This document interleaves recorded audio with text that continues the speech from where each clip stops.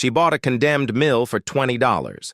Inside, behind walls no one had touched in over a century, was a Waterwheel vault containing $302 million in forgotten treasure.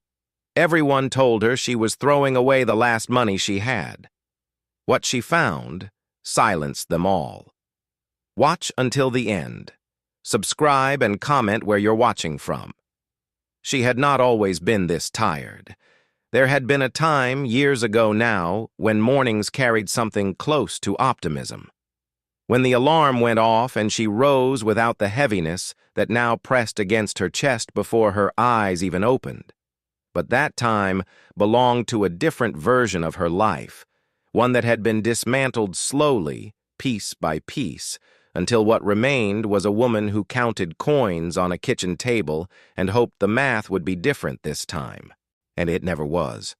She was 34 years old, a single mother of 2 boys who did not yet understand why certain questions made her go quiet. Why she changed the subject when they asked about vacations or new shoes, or why other kids had things they did not.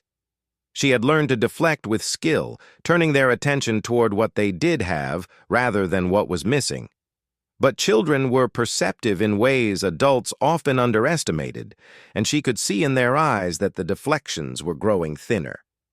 She lived in a rented house at the edge of a small town in the Appalachian foothills, where the land dipped and rose in long green folds, and the rivers ran cold even in summer. The house was modest, its paint peeling in places she could not reach without a ladder she did not own. The kitchen faucet dripped with a rhythm she had memorized, and the back door stuck when the humidity climbed. She had fixed what she could with her own hands and ignored what she could not, the way people do when repair costs more than endurance. Work came in pieces. She cleaned houses 3 days a week for families who left envelopes on the counter without looking her in the eye. She took shifts at the grocery store on weekends, stocking shelves after the boys were asleep, relying on a neighbor to listen for them through the thin walls. Twice a month, she drove 40 minutes to a laundromat in the next town where the owner paid her cash to fold and sort. None of it added up to enough. It never had. The gap between what she earned and what she owed grew wider each month, a slow hemorrhage that no amount of effort seemed to stop. The boys needed things. Not luxuries, necessities, winter coats that fit, shoes without holes worn through the soles, school supplies that other parents bought without thinking. She budgeted with a precision that would have impressed an accountant, trimming every expense until there was nothing left to trim. And still, the letters came. Past due. Final notice. The words blurred together after a while, becoming a single unending reminder that she was losing a battle she had never chosen to fight. She did not talk about it. Not to her sister, who lived 2 states away and had problems of her own. Not to the women at work, who smiled politely but kept their distance, as if poverty were something that might spread through conversation. Not to anyone, really. She carried the weight alone because asking for help felt like admitting defeat. And defeat was a luxury she could not afford. The boys needed her to keep going. So she kept going. The mill entered her life the way most turning points do, not with drama or ceremony, but with a passing comment that almost slipped by unnoticed. She was at the county clerk's office, paying a water bill that was already late, when she overheard 2 men talking near the window. One of them mentioned a property auction happening that weekend. Foreclosures mostly, he said. A couple of empty lots and some condemned buildings the county wanted off its books. He laughed about one in particular, an old mill down by the river that had been sitting empty for decades. Nobody wanted it. The county had tried to sell it 3 times already. The starting bid was $20. $20. And the number caught her attention the way a sharp sound catches a dog's ear. Not because she had plans or ambitions involving property, but because $20 was a number she understood. It was a number that existed within her reach, barely, but within it. She did not act on the thought immediately. She paid her bill, folded the receipt into her pocket, and drove home in silence. But the number stayed with her.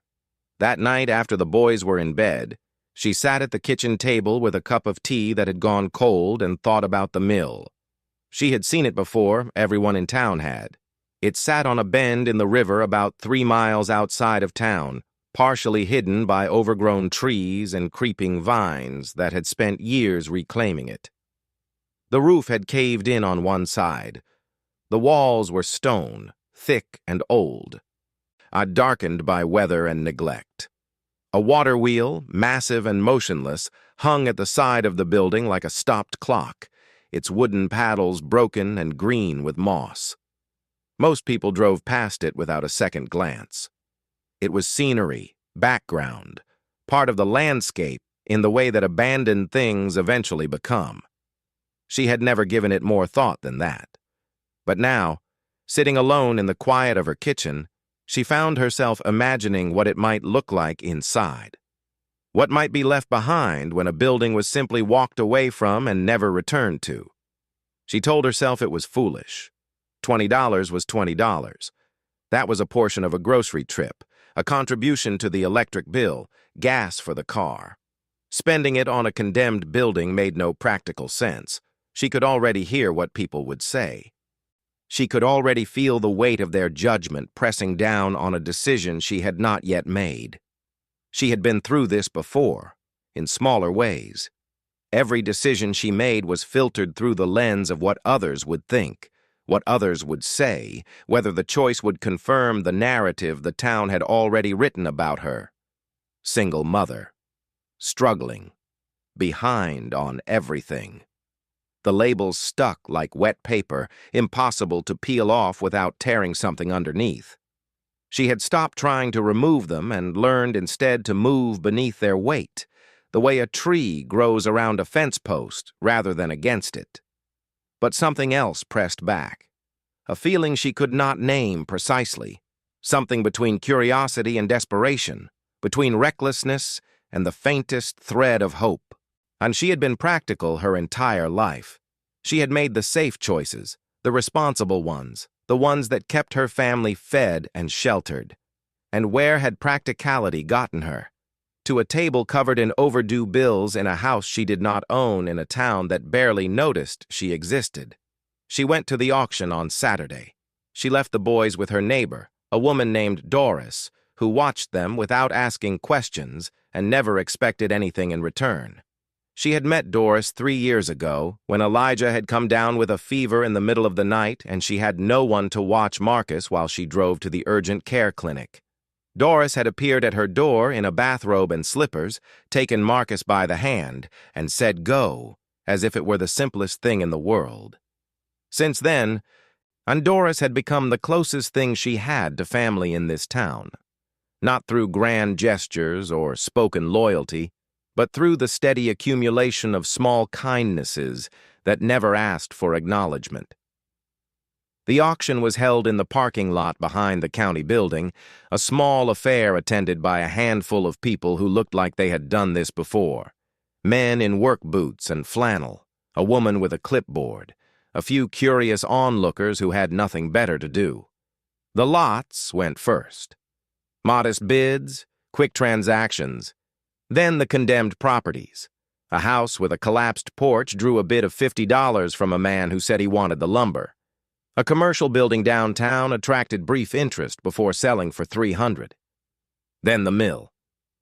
The auctioneer read the description in a flat, rehearsed tone. Former grain mill. Stone construction, built in the late 1800s, condemned by the county due to structural concerns. Sold as is, no warranties, no guarantees, buyer assumes all liability and cleanup costs. Starting bid, $20. Silence followed, the kind that carried its own sound, a collective exhale of disinterest.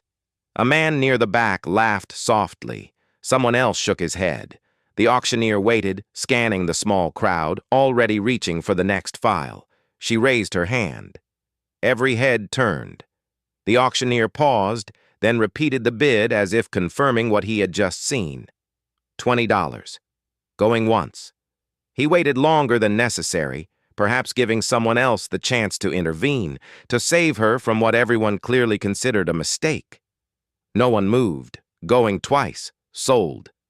She walked to the table, signed her name, and placed a $20 bill on the counter. The clerk processed the paperwork without comment, but the look on her face said everything. Pity, amusement, disbelief. The combination was familiar. She had seen it on the faces of landlords, creditors, school administrators. The look people gave when they believed you had made a decision that confirmed every assumption they already held about you. Outside, the reactions were less restrained. A man she recognized from the hardware store leaned against his truck and called out to her as she walked to her car. He asked if she was planning to open a haunted house. His friend beside him laughed and added that the mill would probably fall on her before she got through the front door. Another voice, female this time, said something about how some people just could not help themselves. She did not respond. She had learned long ago that responding to mockery only gave it more life. She climbed into her car, set the deed on the passenger seat, and drove home. The paper felt heavier than it should have, as if the weight of the building itself had been compressed into a single sheet. That evening, she told the boys about the mill. Not the full truth, just the outline. "Mama bought an old building," she said. "It needs a lot of work." They asked if it was a castle, and she smiled for the first time that day. "Not a castle," she said, "but it is made of stone." Over the next few days, word spread through town the way it always did. Quickly, carelessly, without concern for accuracy or kindness.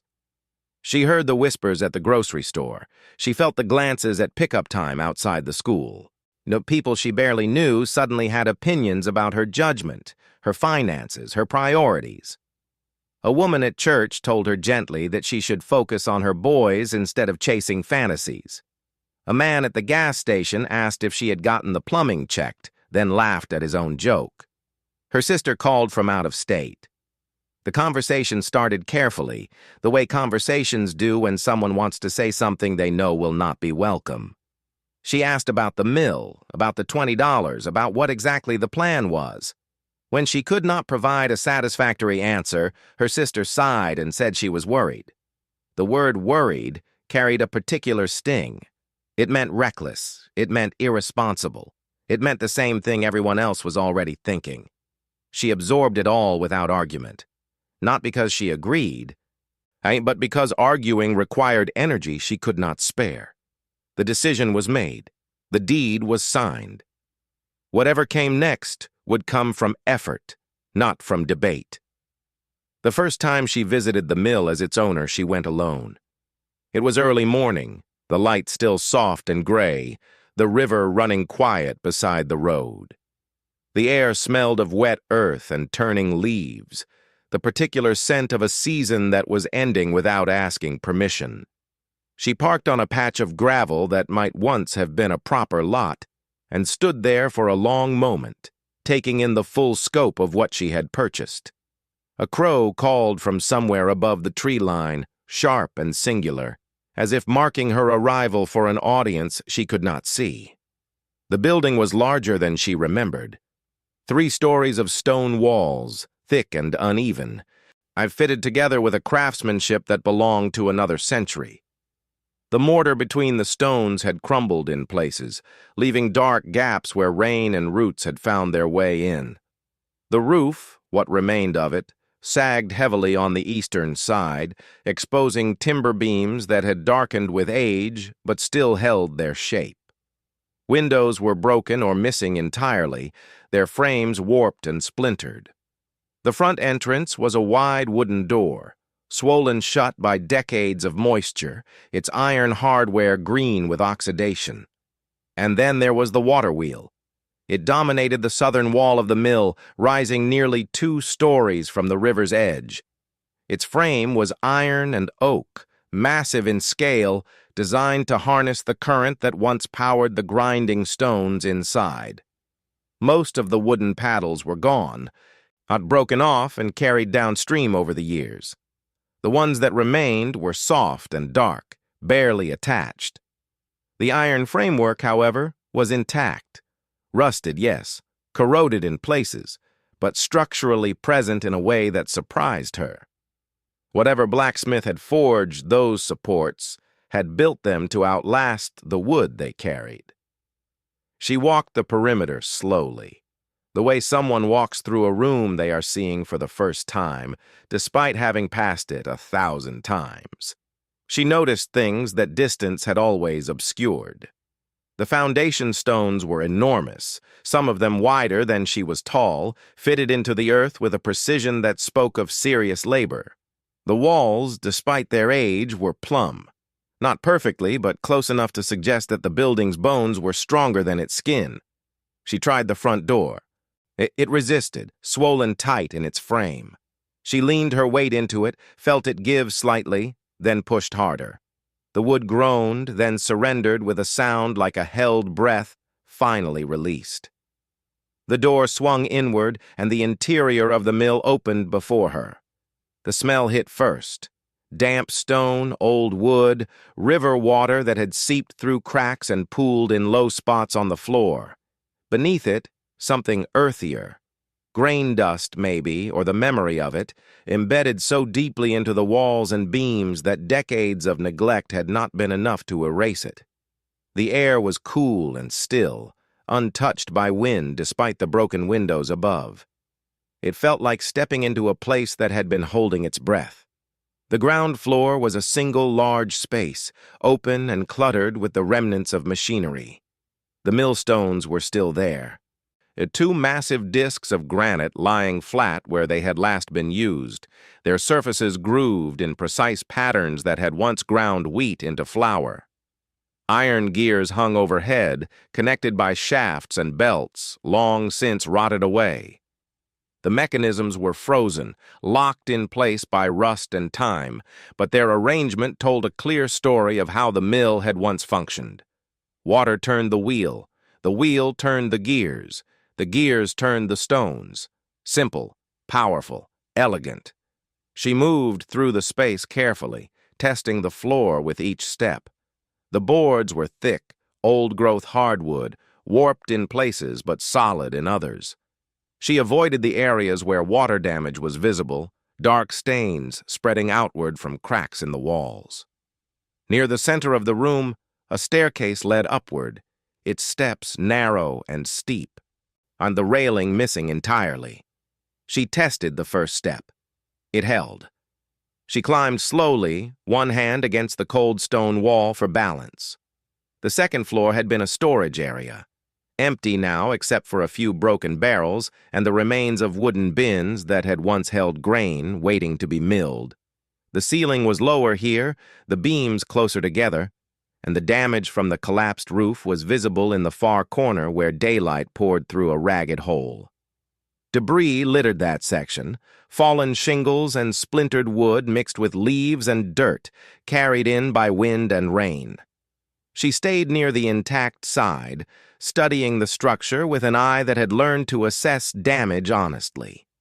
The third floor was inaccessible. The staircase continued upward but stopped at a landing blocked by fallen timber. But she could see past the obstruction into a space that looked smaller, possibly an office or a living quarter for whoever had once operated the mill.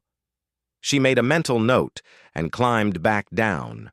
On the ground floor again, she stood beside the millstones and looked toward the southern wall where the water wheel connected to the building.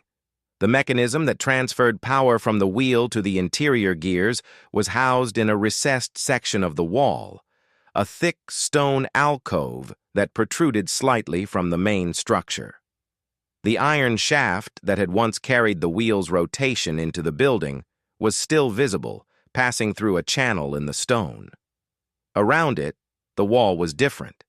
The stones were fitted more tightly here, the mortar darker, the surface smoother. And as if this section had been built with greater care or at a different time than the rest. She placed her hand against the stone. It was cold, colder than the surrounding wall, and faintly damp. She could hear the river through it, a muted rushing sound that vibrated through her fingertips. Something about the texture made her pause. She ran her hand along the surface, feeling the joints between stones. Most were rough, uneven, filled with crumbling mortar. But here, near the base of the Waterwheel housing, the joints were tighter, almost seamless, as if someone had taken particular care to make this section not just functional, but impenetrable. She filed the observation away without attaching meaning to it. There was too much else to think about. The roof needed attention before anything else. If winter arrived before she sealed the opening, water and ice would accelerate the damage beyond anything she could manage alone. She also needed to assess the floor joists, shore up the leaning section of the second floor, and clear enough debris to move safely through the building. She returned to her car and sat for a moment, looking at the mill through the windshield. The enormity of what she had taken on settled over her slowly, not as regret, but as recognition. This would take everything she had, time she did not have, energy she could barely spare, money she absolutely could not afford. And for what? A building no one wanted, in a town that had already decided she was foolish for buying it. She started the engine and drove home. The boys were waiting, full of questions she answered with more patience than she felt. That night, and after they were asleep, she sat at the kitchen table again and made a list. Not of what the mill needed, that list would have filled a notebook. Instead, she wrote down what she could do with what she already had.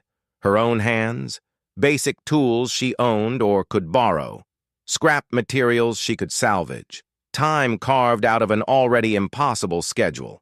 The list was short. The task was enormous. But she had learned something about herself over the years that most people never bothered to see. She did not quit. Not when the boys were sick and work still needed doing.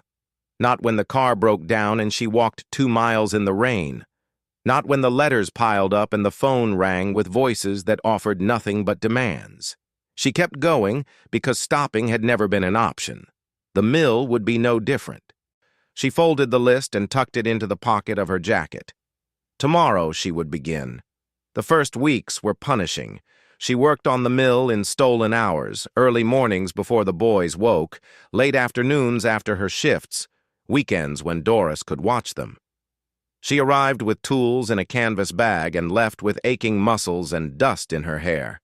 The work was physical in a way that grocery shelves and cleaning supplies never were. Lifting stones, clearing rubble, hauling debris out through the front door and piling it in the yard. Her hands blistered, then calloused. Her back protested each morning louder than the last. But the mill responded to effort. Slowly, reluctantly, the way old things do when they are not sure they want to be disturbed. She started with the roof. Not a full repair, that was beyond her means, but a patch. She scavenged tarps from a construction site that was discarding them and dragged them up through the stairwell with a rope. The work of securing them over the collapsed section took 3 full days, most of it spent on a makeshift scaffold she built from salvaged lumber and prayer. The tarps were not pretty. They billowed in the wind and collected pools of rainwater that she had to drain regularly. But they kept the worst of the weather out, and that was enough for now. There were moments during that work when she nearly stopped. Moments when the wind caught a tarp and ripped it from her hands, and she had to climb back down and start over. Moments when a board shifted under her feet and her stomach dropped before she caught her balance. Moments when she stood on the scaffold, 3 stories above the ground, and with nothing between her and the stone floor but air and luck, and wondered what would happen to the boys if she fell. Those thoughts were not dramatic. They were practical. She had no life insurance, no safety net, no one waiting to catch her children if she disappeared. The awareness of that sat in her chest like a stone, heavy and permanent, and she worked around it the way she worked around everything else, carefully, deliberately, and without stopping. The ground floor became her focus next. She cleared it section by section, sweeping decades of dirt and debris into piles, hauling out broken wood and rusted metal. The millstones she left where they were. They were too heavy to move and too beautiful to discard. Instead, she cleaned around them, revealing the floor beneath. Solid planks of oak that had survived better than she expected. Where boards were rotted through, She removed them carefully and set them aside, marking the gaps with scraps of cloth so she would not step through in dim light. Each day brought small discoveries. A rusted iron hook embedded in a beam, still strong enough to hang a lantern. A section of wall where someone had carved initials and a date, 1873, into the stone with careful, deliberate strokes. A wooden shelf built into an alcove, its brackets still firm, holding nothing but dust and the faint impression of objects long removed. These details did not have monetary value, but they had something else. They told her that this place had mattered to someone once, that people had worked here, lived alongside the rhythm of the wheel and the river, and built something that was meant to endure. The town continued to watch with a mixture of amusement and bewilderment. People drove by more often now, slowing at the bend in the road to see what she was doing. Some stopped. Most did not stay long. A man from her neighborhood came by one afternoon and stood in the doorway shaking his head. He told her she was wasting her time. He said the building was past saving, that the county would probably condemn it again within a year, that she would be stuck with cleanup costs she could not pay. He meant it as advice. It landed as confirmation of what everyone already believed. The worst came from a woman named Brenda, who worked the register at the gas station. Brenda had a voice that carried and opinions she never bothered to soften.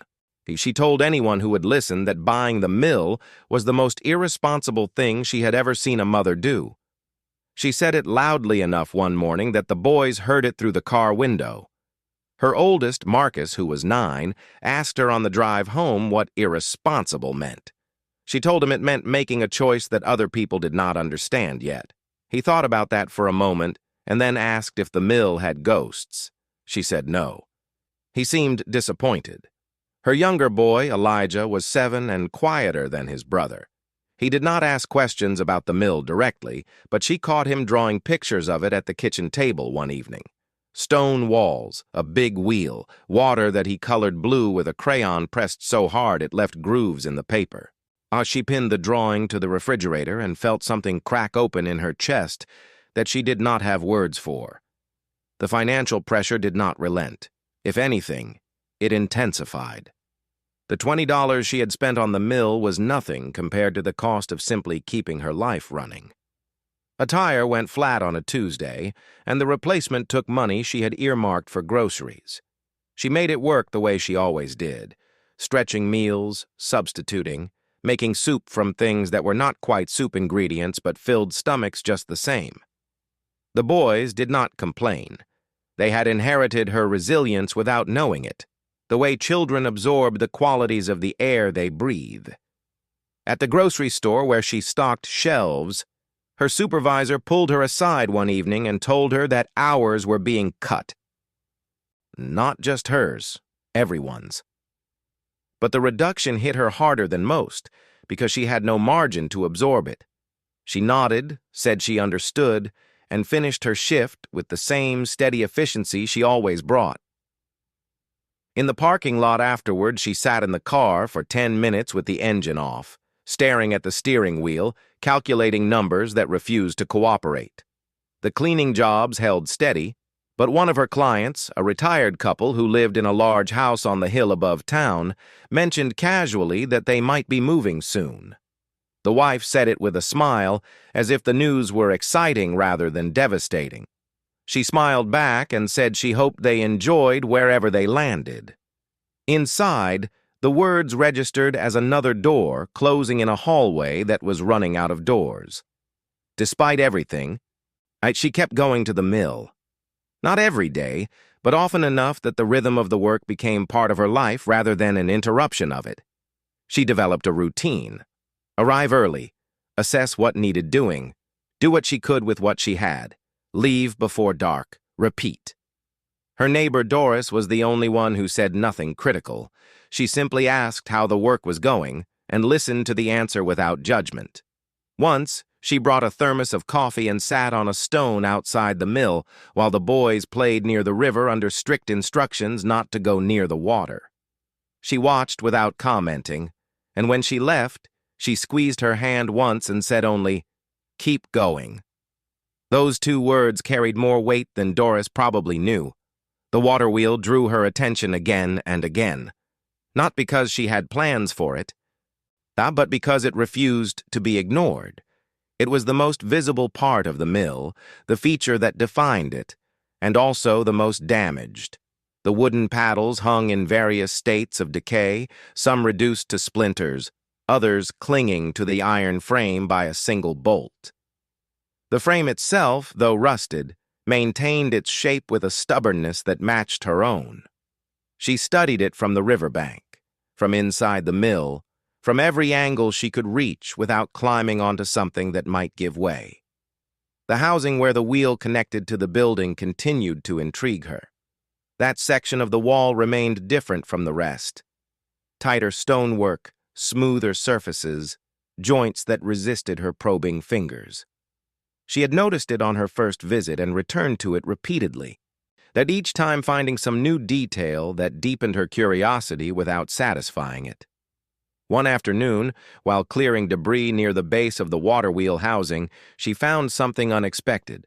A stone near the floor, roughly 2 feet wide, was set slightly deeper than its neighbors. The difference was minimal, perhaps half an inch, invisible from any distance. But her hand caught it as she swept along the wall, and the irregularity stopped her cold. She crouched down and examined it more closely. The stone was the same type as the others, the same gray granite flecked with mica that caught the light. But its edges were sharper, less worn by time, as if it had been placed or replaced more recently than the surrounding stones.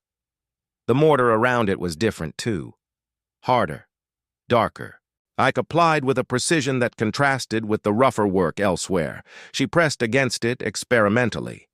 Nothing happened. She pressed harder, shifting her weight. Still nothing. She tried the edges, running her fingers along the seams, feeling for any give, any mechanism, any indication that the stone was anything other than what it appeared to be. Then she noticed the mark. Small, almost invisible, scratched into the surface near the lower right corner. Not a letter, not a number. A symbol. A circle with a single line through its center, like a simplified wheel. She traced it with her fingertip, feeling the grooves that time had softened but not erased. Her heart beat faster, but she forced herself to slow down. She had learned patience from the work itself. Rushing led to mistakes. And mistakes in a building this old could be dangerous. She stood up, brushed off her knees, and looked at the wall with fresh eyes. The symbol was not alone. Now that she knew what to look for, she found others. 3 more marks, identical in design but varying in size, placed at irregular intervals along the base of the waterwheel housing. Each one was positioned near a stone that shared the same characteristics. Slightly recessed, sharper edges, different mortar. 4 stones in total, forming a rough rectangle at the base of the wall. She did not know what it meant. She did not allow herself to speculate, not yet. Speculation was a luxury that led to disappointment, and she had experienced enough of that to last several lifetimes. Instead, she documented what she had found in the only way available to her. She memorized it. The positions, the spacing, the depth of each recess, the exact location of each symbol. She stored the information the way she stored everything important, carefully, precisely, in a place where no one else could reach it.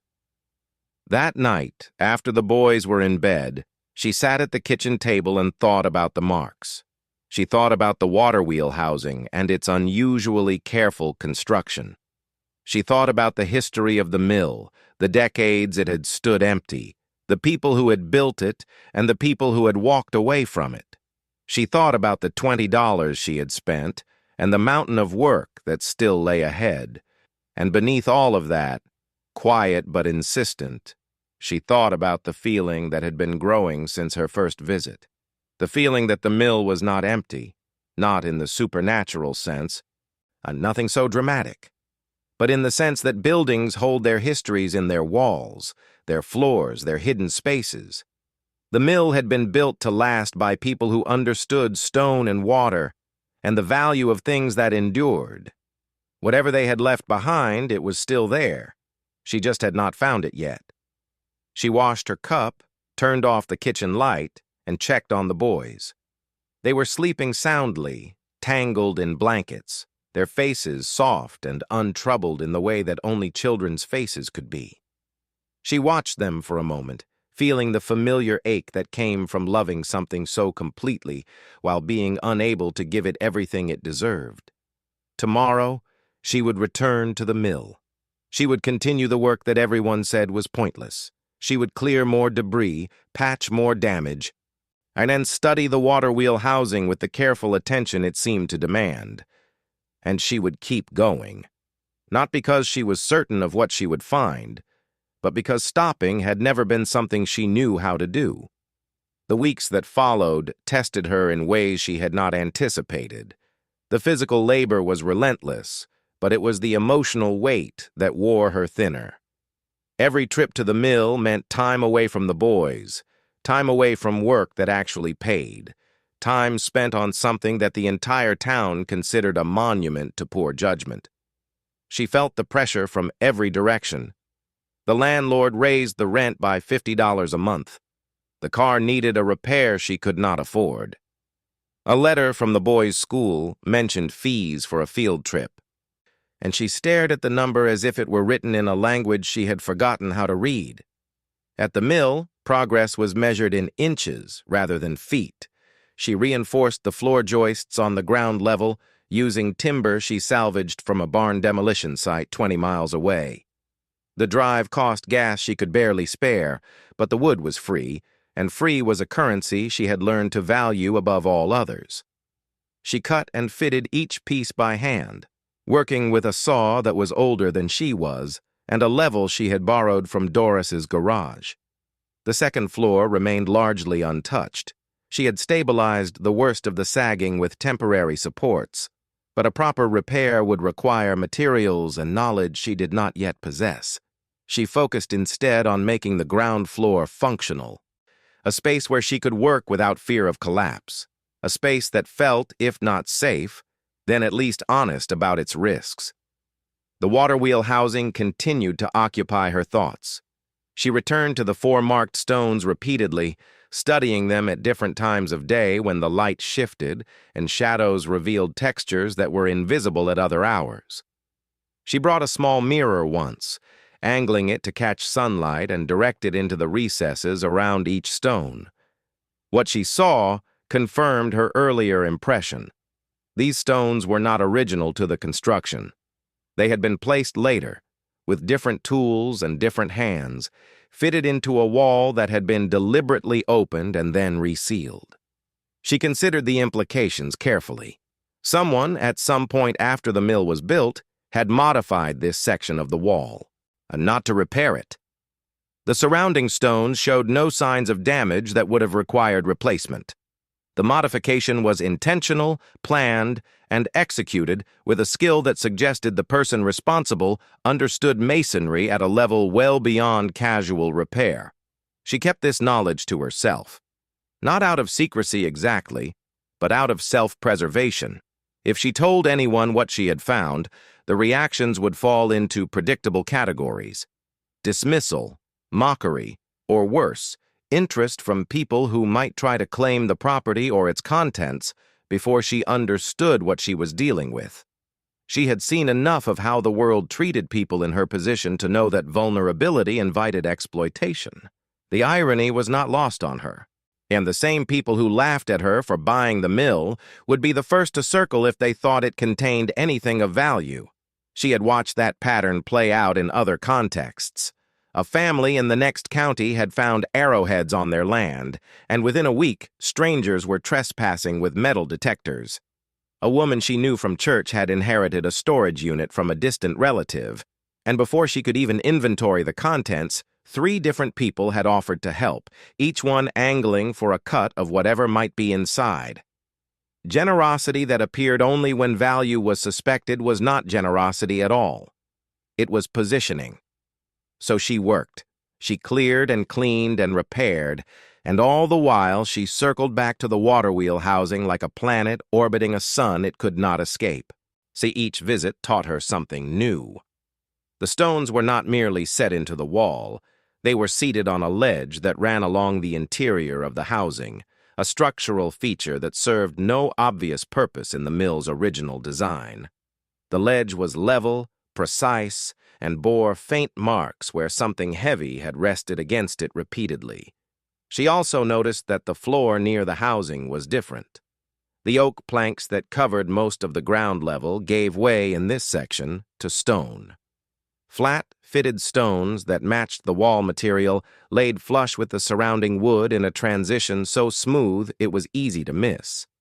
The stone floor extended roughly 6 feet from the wall in a semicircle, centered on the Waterwheel shaft. It was as if the builders had anticipated that this area would bear a different kind of weight than the rest of the mill. One evening, as the light faded and the river murmured beside the building, she knelt on that stone floor and placed both hands flat against it. The surface was cold, slightly damp from the proximity to the water, and absolutely solid. She pressed down, feeling for movement, for vibration, for any sign that the floor was anything other than what it appeared to be. She felt nothing. But she noticed something. The mortar between two of the floor stones, directly beneath the Waterwheel shaft, was not mortar at all. It was clay, packed tightly, smooth to match the color of the surrounding material, but softer to the touch. She scraped at it with her fingernail, and it came away in thin, damp curls. And the texture was unmistakable. This was not the natural settling of mineral deposits over time. This was material that had been deliberately worked, shaped, and applied by human hands with the intention of making it look like something it was not. Her breath caught. She stopped immediately, resisting the urge to dig further. Instead, she studied the area around the clay-filled joint with renewed intensity. The floor stones here were larger than elsewhere, and they were marked. The same symbol she had found on the wall, a circle with a line through its center. Smaller this time, barely visible, scratched into the surface near the edge of each stone. 4 stones on the wall, 4 stones on the floor. The same symbol, the same careful construction, the same deliberate concealment. She stood up slowly, that her knees stiff from kneeling on cold stone. The mill was growing dark around her, shadows pooling in the corners, the river's voice rising as the day sounds faded. She gathered her tools, secured the door as best she could, and walked to her car. She drove out into it without looking back. The road was already disappearing under the weight of all the decisions she had made and all the ones still waiting to be made. The boys would be asleep by now, curled into their blankets, trusting that the world would still make sense when they woke up. That trust was the most valuable thing she possessed, more valuable than the mill, more valuable than anything that might be hidden inside it. Protecting that trust was the reason she kept going, kept working, kept showing up at a condemned building that everyone else had written off as worthless. Because the alternative was letting her boys grow up believing that the world only rewarded people who already had enough. And she refused, with every ounce of strength she had left, to teach them that lesson.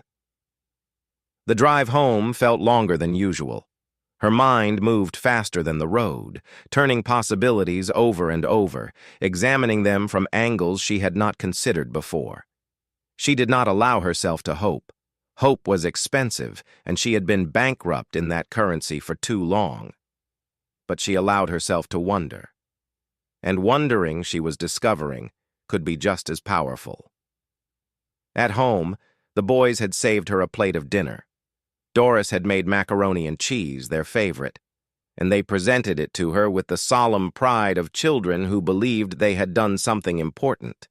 She ate every bite, and even though her stomach was knotted with a tension she could not explain. After they were asleep, she sat in the dark living room and let herself think. The mill was hiding something. She was as certain of that as she was of anything in her life. The modified stones, the unusual floor, the symbols, the careful concealment. These were not accidents. They were not the random byproducts of a century of use and abandonment. They were deliberate. Someone had gone to extraordinary lengths to build something into the Waterwheel housing that was not meant to be found. The question was not whether something was hidden. The question was whether she was ready to find it. She closed her eyes and listened to the house settle around her. The dripping faucet, the creak of old wood, the soft breathing of her boys in the next room. And these were the sounds of her life as it was, small, fragile, held together by effort and love and not much else. Whatever waited in the mill would not change who she was, but it might change what was possible. She opened her eyes, exhaled slowly, and made a decision that felt less like a choice and more like the next step on a path she had already been walking. She thought about Marcus and Elijah asleep in the next room. She thought about the drawing on the refrigerator, the blue water, the stone walls, the big wheel rendered in crayon with the earnest imprecision of a 7-year-old's hand. She thought about what it would mean to show them that their mother had found something extraordinary in a place the whole world had dismissed. Not for the money, though money would change everything. For the proof, and the proof that looking where no one else bothered to look, doing what no one else was willing to do, believing when no one else thought belief was justified, these were not signs of foolishness. They were the quiet architecture of every discovery that had ever changed a life. She thought about Brenda at the gas station, about the man at the hardware store, about her sister's worried voice on the phone, about the supervisor cutting hours, the landlord raising rent, the school fees, the flat tire, the dripping faucet, the mountain of letters on the kitchen counter. She thought about all of it, the full weight of her life as it was, and she set it down. Not permanently, not even for long. Just long enough to make room for what might come next. Tomorrow, she would bring a chisel. And she brought the chisel on a Thursday morning when the air was sharp enough to sting and the river ran high from 2 days of steady rain. The boys were at school. Her cleaning job had been canceled because the client was traveling. The hours that opened up felt like a gift she had not asked for but would not waste. She packed the chisel, a small hammer, a flashlight, a bottle of water, and a towel into her canvas bag, and drove to the mill without telling anyone where she was going. The road to the mill was quieter than usual. No cars passed her in either direction. The trees along the river had thinned with autumn, their branches bare and dark against a sky the color of old pewter. The mill appeared around the bend the way it always did, solid and patient, its stone walls darker from the rain. And the waterwheel hung motionless against the current, its remaining paddles black with moisture. She parked in the usual spot and sat for a moment, listening to the engine tick as it cooled. She was not nervous exactly. The feeling was closer to the sensation before a doctor's appointment when the results might be serious. Not fear, but heightened awareness. A sharpening of the senses that came from knowing that the next few hours might matter in ways she could not yet calculate. She entered the mill and closed the door behind her. The interior was cold and dim, the air thick with the smell of damp stone and old wood. She set her bag down near the millstones and switched on the flashlight, sweeping its beam across the ground floor until it found the Waterwheel housing. The wall looked the same as it had the last time she was here. And the same tight stonework, the same careful joints, the same 4 marked stones with their wheel symbols barely visible in the angled light. She knelt beside the floor stones first. The clay-filled joint she had discovered was exactly as she had left it, the small scrape from her fingernail still visible. She set the flashlight on the ground, angling it upward so the light pooled against the base of the wall, and took the chisel from her bag. She did not start immediately. She held the chisel in her hand and studied the joint, tracing its line with her eyes, measuring the width, estimating the depth. The clay was packed tight, but clay was still clay. It would yield to steel. The question was what lay beneath it, and whether removing it would compromise the structural integrity of the floor or the wall above. She had no engineering background, no formal knowledge of masonry or load-bearing structures. What she had was the instinct of someone who had spent her life fixing things that were broken, reading the language of materials under stress, understanding when something was bearing weight and when it was bearing only the memory of weight. The floor stones around the Waterwheel housing were resting, not supporting. She was almost certain of it. Almost was not certainty, but it was enough to justify the next step. She decided to work on the floor first.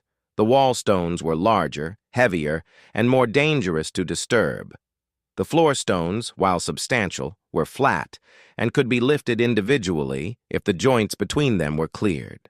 She chose the joint that ran along the edge of the stone closest to the Waterwheel shaft, where the clay was most obviously different from the surrounding mortar. The first strike of the chisel against the clay sent a dull sound through the building that seemed to travel along the stone walls and return to her from every direction. She paused, listening. The mill settled back into silence. She struck again, more gently this time, and a thin line of clay split away from the joint. The material was dense but brittle, compressed by time and moisture into something that resembled stone but lacked its permanence. Beneath the surface layer, the clay was softer, damper, easier to remove. She worked slowly, methodically, clearing the joint inch by inch. The chisel bit into the clay and she pried it loose in small chunks, setting each piece aside on the towel. As the joint widened, she could see that the gap between the floor stones was deeper than she had expected. Not a simple seam between two flat surfaces, but a channel. Several inches deep, cut into the stone itself with a precision that spoke of tools and planning. After an hour, she had cleared one full joint, roughly 3 feet long. The channel was about 4 inches deep and 2 inches wide, cut cleanly into the granite. At the bottom, she could see a different material, not stone, not clay, but metal. Dark, corroded, but unmistakably metal. A flat strip running the length of the channel like a track. She sat back on her heels and stared at it. Her heart was beating harder than it should have been for someone kneeling on a cold floor. She took a drink of water and forced herself to think rather than react. A metal strip in a concealed channel beneath the floor of a Waterwheel housing. It was a mechanism, not decorative, not structural in the conventional sense, but functional. Designed to do something when activated. She cleared the second joint, the one running parallel to the first on the opposite side of the marked floor stone.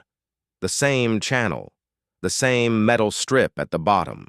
The two strips ran parallel, like rails, with the floor stone sitting between them. She cleared the shorter joints on either end and found that the strips connected, forming a rectangular frame beneath the stone. The stone was sitting on a track.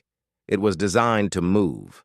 She stood up, her knees protesting after so long on the hard floor, and looked down at what she had uncovered. The floor stone, roughly 2 feet by 3 feet. It sat within a metal frame that was recessed into the surrounding granite. The clay she had removed had served as both concealment and seal, preventing water and dirt from entering the mechanism while making the joint appear identical to every other joint in the floor. She placed her hands on the stone and pushed. Nothing. She pushed harder, directing the force along the line of the tracks. The stone shifted. Not much, a fraction of an inch, but it moved, and the movement was smooth, guided, controlled. Not the random shifting of loose masonry, but the deliberate slide of something on rails. She repositioned herself and pushed again, this time bracing her feet against the adjacent stones for leverage. The floor stones slid forward along the tracks with a low grinding sound that resonated through the building. Dust and small fragments of clay fell into the widening gap behind it. Cold air rose from below, carrying a smell she did not immediately recognize. Damp metal, stale air, and something else. Something faintly sweet, like old paper or dried leather. The smell was not unpleasant. If anything, it was inviting in a way that made no logical sense. as if the space below were breathing out for the first time in generations, exhaling a century of held breath. She pushed the stone another foot, and the gap was wide enough to look into. She grabbed the flashlight and directed the beam downward. Her hands were shaking, not from cold this time, but from the concentrated force of adrenaline that had nowhere to go except through her fingers. She steadied herself, gripping the flashlight tighter, and leaned forward over the opening. And the space beneath the floor stone was not a cavity or a hollow in the foundation. It was a chamber, a constructed space with walls of fitted stone and a floor of flat granite, roughly 6 feet below the level of the mill floor.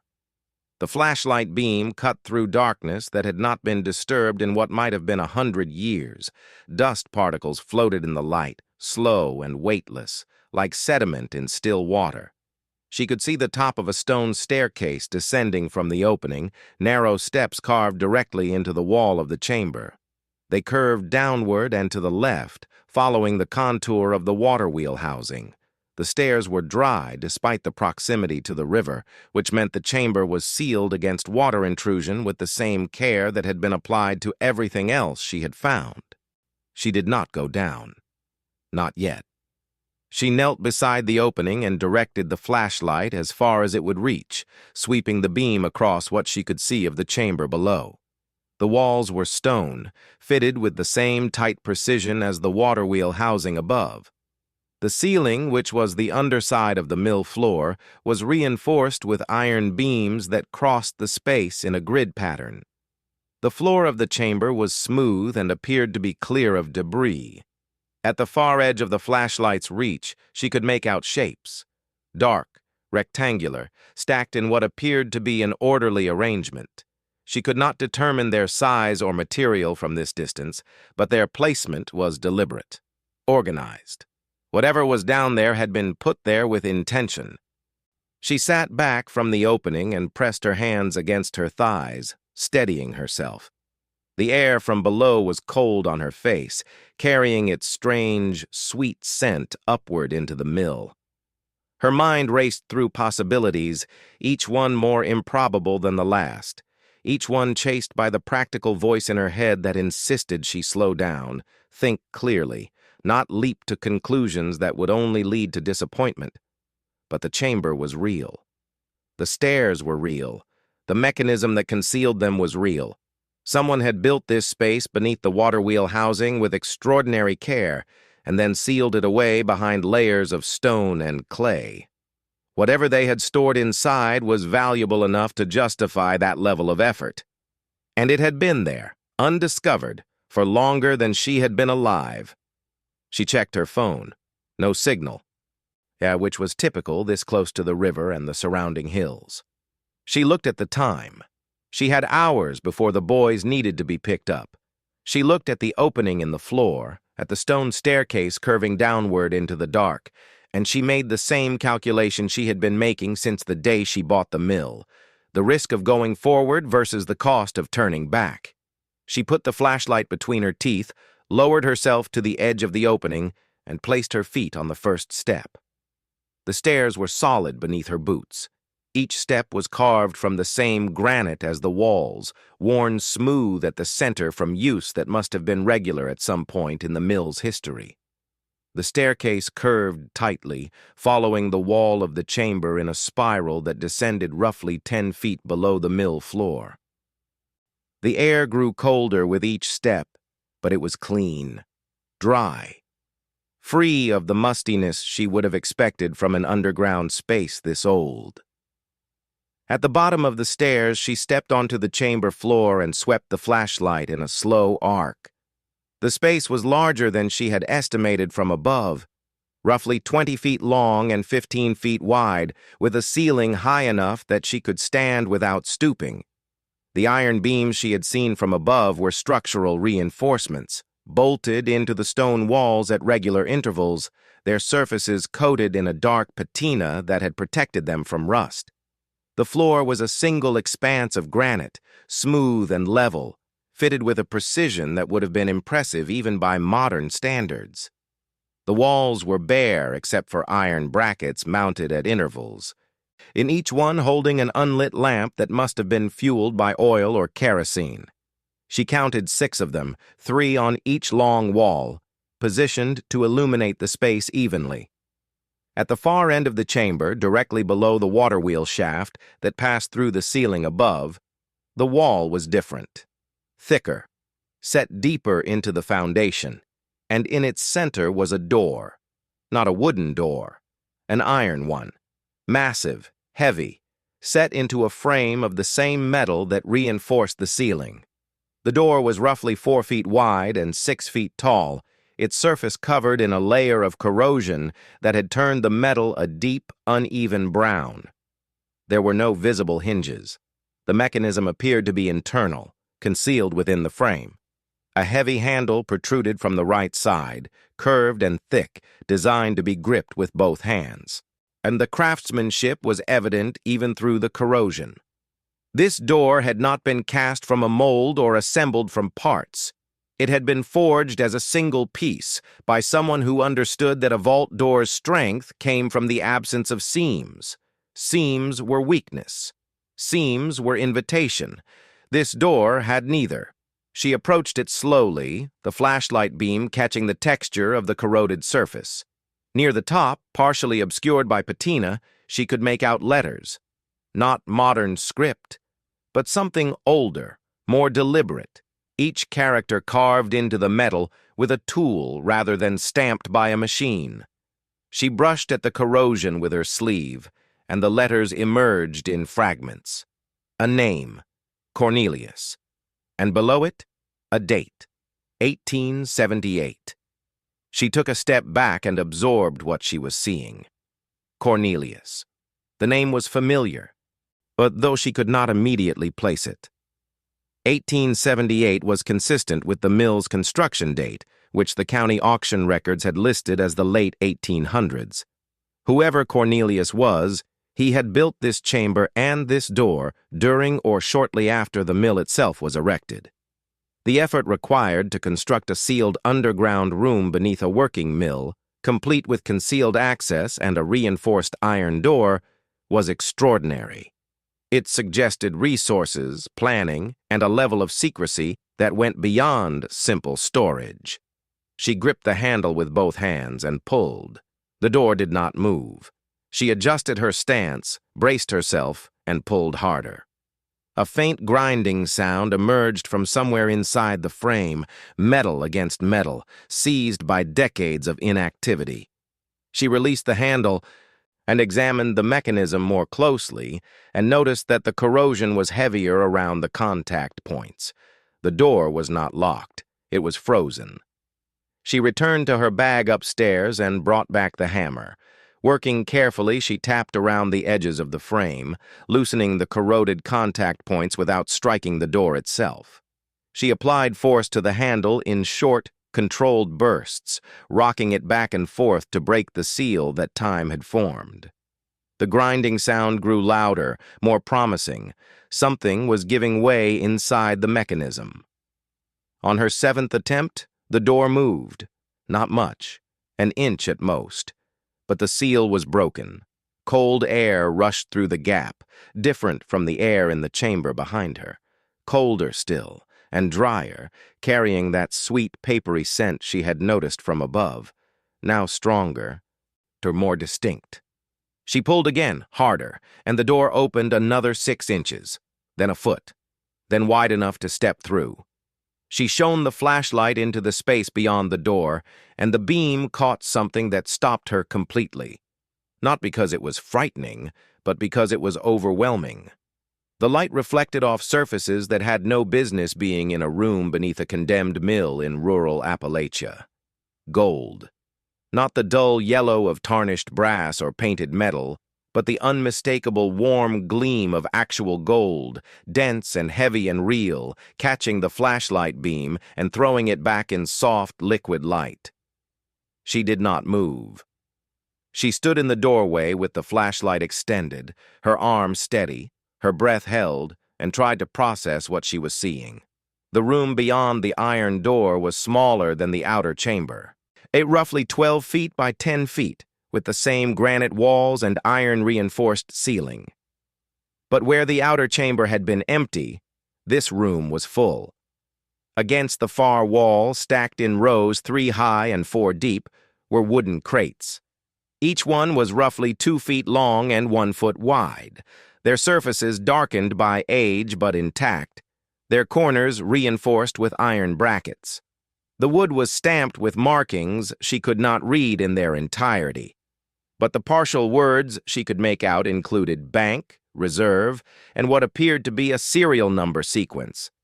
The crates were sealed with iron clasps, heavy and precise, the kind designed to secure contents against both theft and transit. Beside the crates, arranged on stone shelving that had been carved directly into the wall, were smaller boxes, dozens of them. Some were wooden, and some were metal, all were uniform in size and arrangement. She stepped closer and examined one of the metal boxes. It was about the size of a cigar box, its lid sealed with a clasp that bore the same wheel symbol she had found on the stones above. She lifted it carefully. The weight was disproportionate to its size, heavy, dense, the kind of weight that could only mean one thing. She opened the clasp. The lid resisted, then gave way with a soft click. Inside, nestled in a bed of aged velvet that had faded from what might have been red to a dusty pink, were coins.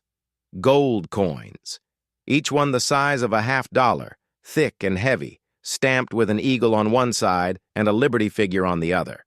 She picked one up and held it in the flashlight beam. The date read 1877. The weight in her hand was unmistakable. And this was not novelty currency or commemorative metal. This was minted gold. She set the coin back carefully and opened another box. More coins, these ones different, smaller, bearing a different design, dated 1865. The next box contained coins dated 1882. The one after that, 1871. Each box held a different year, a different denomination, but all were gold. She counted the boxes on the shelf, 47 visible from where she stood. There were more behind them, a second row pushed back against the wall. She moved to the wooden crates. The first one she approached had a clasp that was rusted shut. She worked it open with the chisel, prying carefully until the metal gave way. The lid opened to reveal a sight that made her legs weaken beneath her. Gold bars, rectangular, uniform, each one about 8 inches long and 4 inches wide, and arranged in neat rows within the crate. They were beautiful in a way that had nothing to do with decoration or artistry. Their beauty was the beauty of density, of weight, of something so fundamentally valuable that it did not need to be shaped into anything other than what it was. She reached in and lifted one. The weight was shocking. It pulled at her arm and shoulder, far heavier than its size suggested, as if gravity had a different relationship with this metal than with anything else in the world. She held it in the flashlight beam and watched the light sink into its surface rather than bounce off it. Gold did not reflect light the way silver or chrome did. It absorbed it, warmed it, gave it back, changed. She counted them quickly. 12 bars per crate. She could see at least 9 crates from where she stood. There were more behind them, partially obscured, stacked against the far wall in the same orderly arrangement. Each bar was stamped with markings, a weight designation, a purity rating, and a mint identification she did not recognize. The surface of the bars was smooth and cool under her fingertips, unblemished by the corrosion that had affected the iron door and the crate hardware. Gold did not corrode. It waited. It endured. That was the nature of the metal, and it had served its nature perfectly in this room for nearly 150 years. She sank to the floor, not dramatically, not with any sense of theater, but because her knees simply refused to hold her any longer. She sat on the cold granite with her back against the wall and the flashlight resting on her thigh, its beam pointing at the ceiling, and she tried to breathe. The air came in shallow, uneven pulls, as if her lungs had forgotten their rhythm. She pressed her palms flat against the stone floor and concentrated on the cold, using it to anchor herself to something real and physical and present. The room around her was worth more money than she could conceptualize, more than the mill, more than the town, more than anything she had ever stood in proximity to in her entire life. She was sitting in a vault, a private vault, built beneath a water wheel by a man named Cornelius in 1878, filled with gold coins and gold bars that had been sealed away and forgotten by time. 150 years of silence, 150 years of water running past the walls, carrying sound and sediment and the passage of seasons. And all the while, and this room had held its contents with the quiet discipline of a promise kept to no one in particular. She thought about Marcus and Elijah, about their shoes with holes, about the macaroni and cheese that Doris made because it was cheap and it was their favorite, about the school field trip fees and the flat tire and the dripping faucet. She thought about the $20 she had spent on this building and the laughter that had followed her out of the auction. She thought about Brenda at the gas station and the man at the hardware store and her sister's worried voice on the phone. She did not cry. She wanted to. The pressure behind her eyes was enormous, physical, like a tide pushing against a dam. But the tears did not come, held back by a disbelief so complete that her body could not yet respond to what her eyes had already seen. She sat there for a long time. Minutes or hours, she could not have said. The chamber was silent. The gold gleamed softly whenever the flashlight shifted. The air was cold and still and patient, as if the room had been waiting for this moment with the same quiet endurance it had held for over a century. When she finally stood, her legs trembled, but held. She moved through the vault methodically now, the shock settling into something more structured.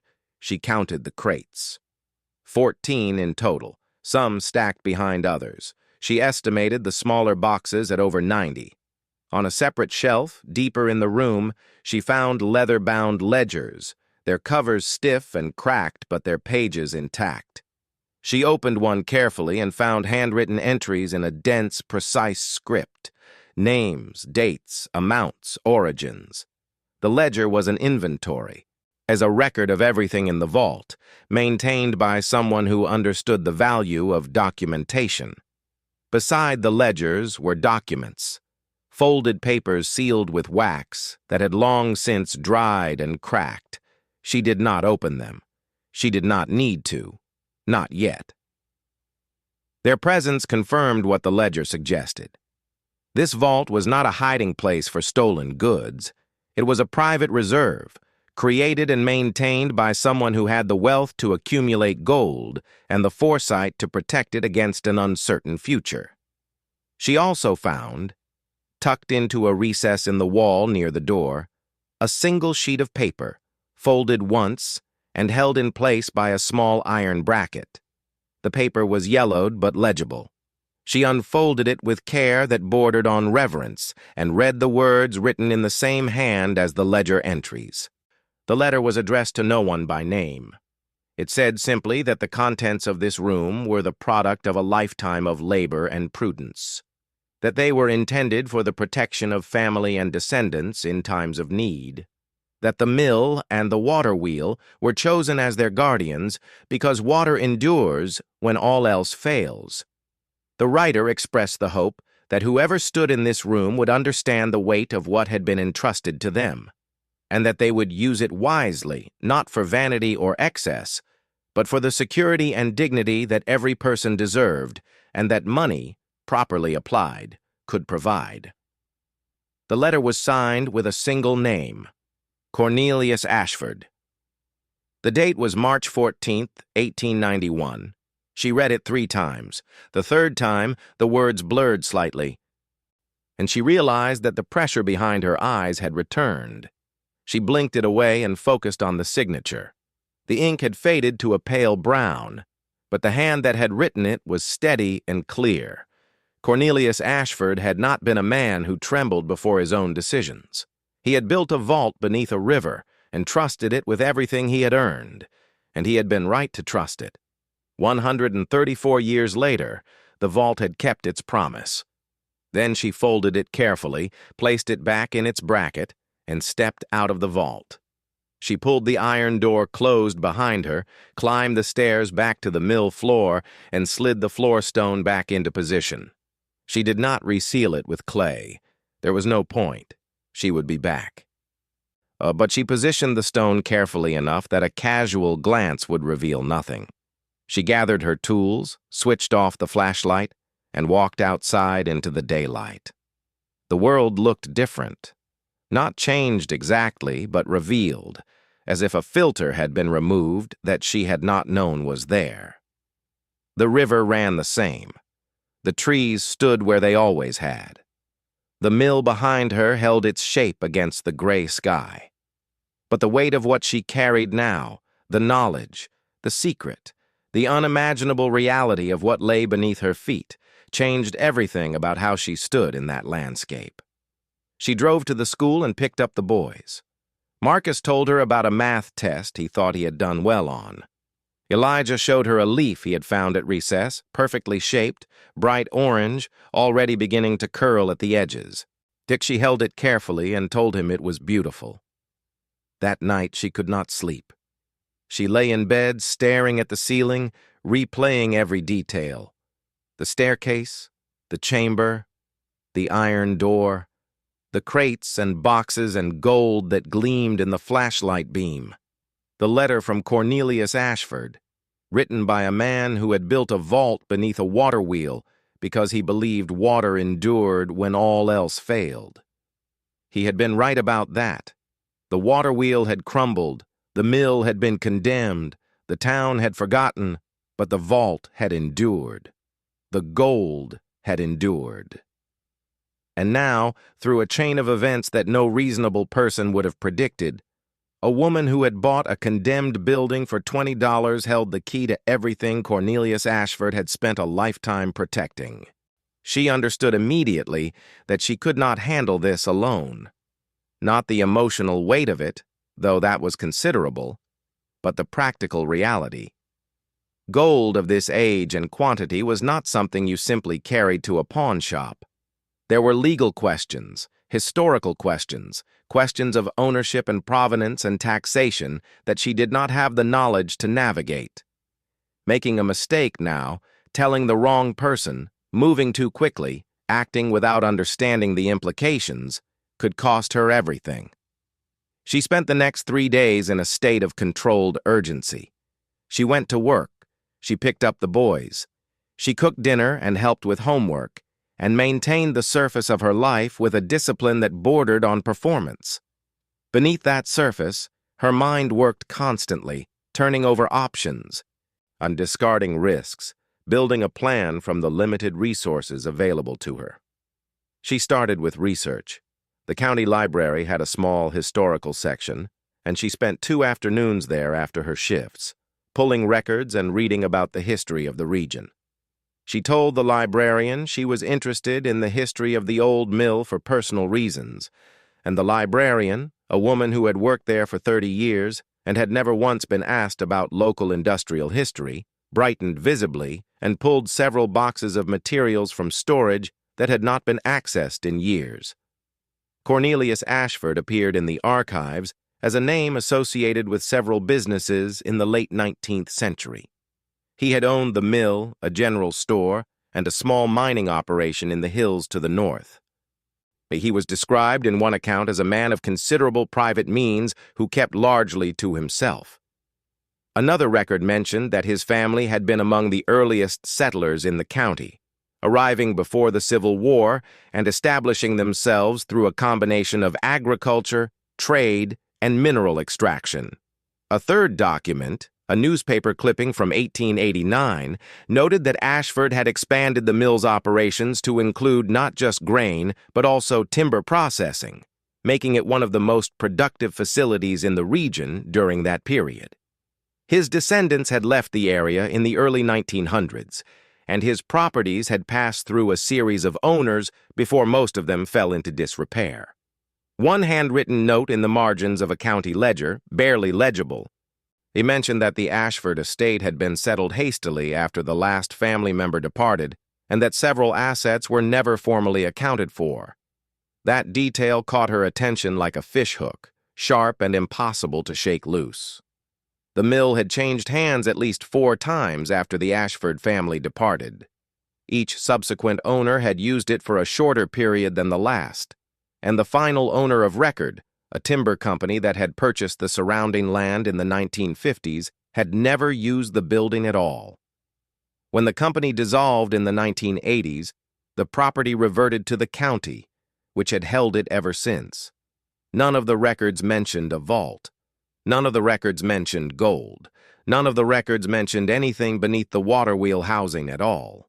And the modification she had discovered, the stairs, the chamber, the iron door, existed entirely outside the official history of the property. Cornelius Ashford had built his vault in secret and had taken that secret to his grave. The legal question consumed her most. She owned the mill. The deed was in her name, purchased at a county auction, processed through official channels. The terms of the sale were clear. The buyer assumed all rights and responsibilities for the property and everything inside it. Those words, everything inside it, had seemed like a liability when she signed the paperwork. Now they meant something else entirely. She called a lawyer, not the kind who advertised on billboards or television, but a quiet practice in a town 30 miles away, far enough from her own community that word was unlikely to travel.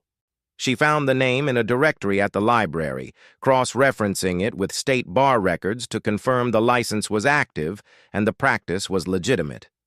She could not afford mistakes at this stage. One wrong conversation, one careless word to someone who knew someone who talked to someone else, and the fragile architecture of what she was building could collapse before she had a chance to secure it. She did not explain the full situation on the phone. She said only that she had purchased a property and found items inside that she needed help evaluating. The lawyer, a woman with a measured voice and a schedule that was apparently not busy, agreed to meet her the following week. She asked no probing questions on the call, which was either a sign of professionalism or indifference. Either one was acceptable. Oh, what mattered was discretion. The wait was excruciating. Every day she went to work and smiled and stocked shelves and cleaned houses and pretended that nothing had changed. Every night she lay awake and thought about the vault. She did not return to the mill during this period. She was afraid that visiting it would draw attention, that someone would notice a change in her behavior, that the secret she carried would somehow become visible on her face. She knew this fear was irrational, but rationality had limited jurisdiction over a woman who had discovered a fortune in gold beneath a building she had purchased for $20. The hardest part was the ordinariness of everything around her. The world continued as if nothing had shifted. Brenda at the gas station made another comment about the mill within earshot. A bill collector called about an overdue medical charge from Elijah's ear infection the previous spring. The landlord's notice about the rent increase sat on the counter like a small, persistent insult. She moved through these indignities with a patience that was new, not the endurance she had always practiced, but something calmer, deeper, the patience of someone who knows that the present arrangement of things is temporary, even if no one else does. Marcus asked her one evening why she was smiling while doing dishes. She had not realized she was. She told him she was thinking about something good. He accepted this without further inquiry, the way 9-year-olds accept most explanations from adults, and returned to his homework. She watched him go and felt the weight of the secret press against her ribs. She wanted to tell them. She wanted to scoop them both up and say that everything was going to be different, that the shoes with holes and the canceled field trips and the macaroni and cheese dinners were ending, but she could not. Not yet. Not until the path was clear and the protections were in place and the number on the appraiser's report was more than a number, until it was real. The meeting with the lawyer went better than she had dared to hope. She explained the situation in general terms, describing the property, the hidden space, the items found inside, and the documentation that accompanied them. She did not mention specific quantities or values. She was testing the waters, not diving in. The lawyer listened with an expression that shifted gradually from polite interest to sharp attention. When the explanation was finished, the lawyer asked two questions. Was the property legally hers, and had anyone else been told? The answers were yes and no. The lawyer nodded slowly and said that the first step was authentication. Nothing else could proceed without it. She needed to know with certainty what the items were, how old they were, and what they were worth. Only then could the legal framework be established and the appropriate protections put in place. The lawyer recommended an appraiser, not a local one, but a specialist in historical assets based in a city 3 hours away, a man who had worked with museums, private collectors, and estate settlements involving items of significant historical and monetary value. The lawyer made the call herself, vouching for the urgency and the sensitivity of the situation, and secured an appointment for the following week. The appraiser arrived on a Tuesday. He was a tall, quiet man with gray hair and glasses that he removed and cleaned repeatedly, a habit she came to associate with moments of heightened concentration. He drove a sedan that was unremarkable in every way, which she suspected was deliberate. She met him at the mill, arriving early to slide the floor stone open and ensure the staircase and chambers were accessible. She led him inside without ceremony. He moved slowly, methodically, pausing at every detail, examining the concealed floor mechanism, the staircase, the outer chamber, the iron door with Cornelius Ashford's name and date. He said very little. When he did speak, it was to ask precise questions. When was this building constructed? Who was the original owner? What documentation existed? She answered what she could and deferred on what she could not. The appraiser nodded each time, neither satisfied nor dissatisfied, simply absorbing information the way a sponge absorbs water, completely and without judgment. He spent over 4 hours in the vault. She waited upstairs for most of it, sitting on the millstones with her coat pulled tight against the cold, listening to the river and the occasional muffled sound of movement from below. She tried not to think about what he was finding, what numbers he was writing in his notebook, what conclusions he was forming with each crate he opened and each coin he examined. But not thinking was impossible. Her mind circled the vault the way she had circled the Waterwheel housing for weeks, drawn back again and again to the center of something she could not yet fully comprehend. But at one point she heard him come up the stairs. He stood at the opening, blinking in the relative brightness of the mill, and asked if she had any clean water. She handed him the bottle she had brought. He drank half of it, wiped his glasses, and descended again without a word. The look on his face was enough to tell her that whatever he was finding down there was not ordinary. When he finally emerged for good, his expression had changed. The professional calm was still there, but beneath it was something else. Something that looked on a face accustomed to understatement remarkably like awe. He sat down on a crate across from her and removed his glasses, cleaned them, put them back on. Then he spoke.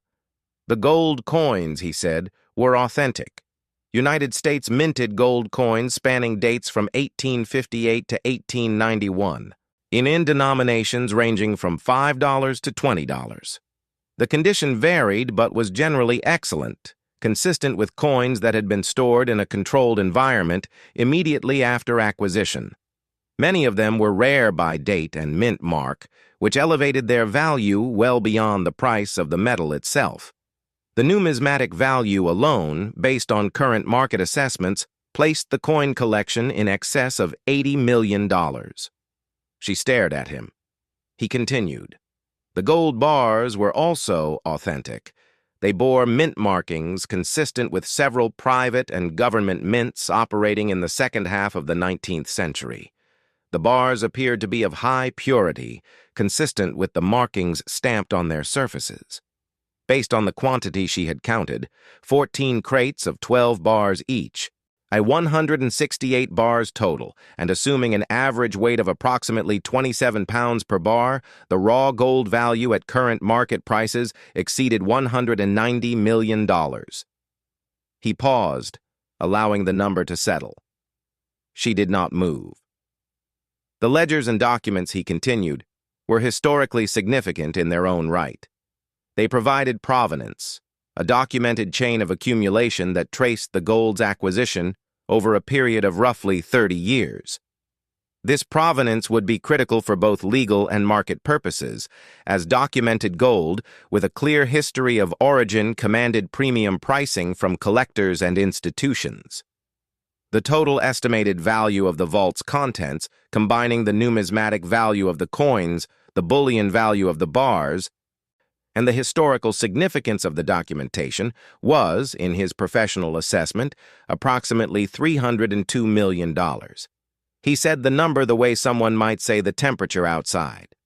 Factually, without drama. As if the figure were simply another data point in a long career of evaluating extraordinary things. She heard him, she understood the words, but the number existed in a space that her mind could not yet fully enter. $302 million, hidden beneath a water wheel, in a mill she had bought for $20. She asked him to repeat it. He did, adding that the estimate was conservative and that certain coins, once individually authenticated and graded by a recognized service, might exceed even his initial projections. She thanked him. Her voice sounded strange to her own ears, steady and distant, as if it belonged to someone standing in a different room. He handed her a preliminary written assessment, sealed in an envelope, and told her that the full report would follow within 2 weeks. He recommended a security firm. He recommended insurance. He recommended moving nothing until the legal framework was complete. Then he left, driving away in his unremarkable sedan, and she was alone in the mill with a piece of paper that said her life had changed in a way that could never be reversed. She sat on the millstones for a long time after he was gone. The light shifted through the broken windows above. The river murmured steadily against the building's foundation. The water wheel hung motionless, its broken paddles casting shadows that moved with the clouds. She looked at the envelope in her hands, and then at the floor, at the stone that concealed the staircase, at the wall with its wheel symbols and its careful construction. Cornelius Ashford had written that water endures when all else fails. He had been right. The mill had been condemned, abandoned, forgotten, sold for $20 to a woman that an entire town believed was making the worst decision of her life. But beneath the decay and the neglect and the century of silence, the vault had waited. The gold had waited. The water had kept running, and the wheels had kept turning, even after the paddles broke and the gears froze and the world moved on without looking back. She folded the envelope and put it in her jacket pocket close to her chest. Then she closed the mill, locked the door with a padlock she had brought for the occasion, and drove to the school to pick up her boys. Marcus ran to the car with his backpack bouncing. Elijah followed more slowly, holding another leaf, this one yellow. They climbed in and buckled their seatbelts and told her about their days with the breathless energy of children who trusted that the world was exactly as large as what they could see. She listened to every word. She drove them home. She made dinner. She helped with homework. She read Elijah a story and kissed Marcus goodnight, even though he said he was too old for it. And after they were asleep, she sat at the kitchen table one more time. The same table where she had counted coins and stared at overdue bills and made lists that never seemed long enough to contain everything that needed doing. She placed the envelope on the table beside the stack of bills. And the contrast was almost absurd. Past due notices and final warnings next to a document that said she was sitting on $302 million in gold. The dripping faucet kept its rhythm. The house creaked in the wind. Everything was the same and nothing was the same, and she understood, finally and completely, that the distance between those two truths was the rest of her life. She did not cry that night either, but she smiled. A real one, slow and private, the kind that comes not from joy exactly, but from the quiet recognition that something impossible has happened and that you were there to see it. The days after the appraisal moved with a strange duality. On the surface, her life continued as it always had. She set the alarm. She made breakfast. She drove the boys to school and went to work and came home and cooked and cleaned and folded laundry and paid the bills she could afford and set aside the ones she could not. The routine was unchanged, and yet everything inside it felt different, as if the same familiar rooms had been quietly repainted while she slept, the colors so close to the originals that no one noticed except her. The lawyer moved quickly once the appraisal was confirmed. Legal filings were prepared with a precision that reflected the gravity of the situation.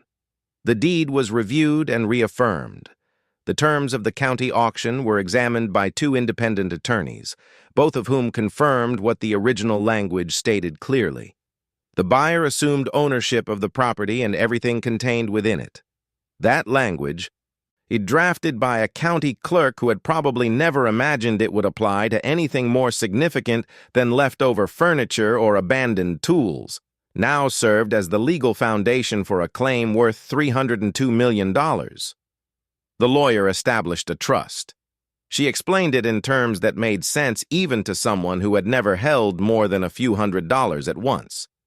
The trust would hold the assets. The trust would manage the eventual sale or distribution of the gold. The trust would protect the proceeds from claims.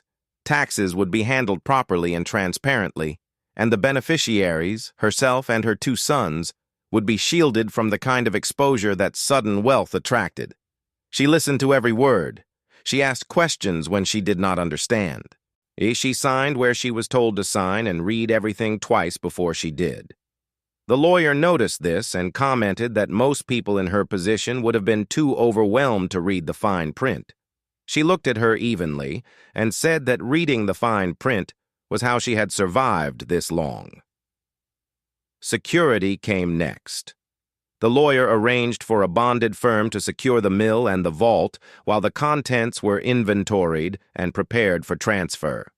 A team arrived in unmarked vehicles on a Tuesday morning, efficient and quiet, and installed monitoring equipment, reinforced the mill's entrances, and established a perimeter that was invisible from the road. They were professionals.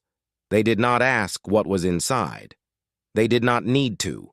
Their instructions were specific enough that curiosity was irrelevant, and the presence of the security team created its own ripple in the town. People noticed the vehicles. People noticed the activity. A neighbor who lived a mile down the river road mentioned to another neighbor that something was happening at the old mill. That neighbor mentioned it to a friend at the post office. The friend mentioned it to the woman who cut hair at the salon downtown. Within 2 days, speculation had begun to circulate, vague and shapeless, but persistent. Something was going on at the mill.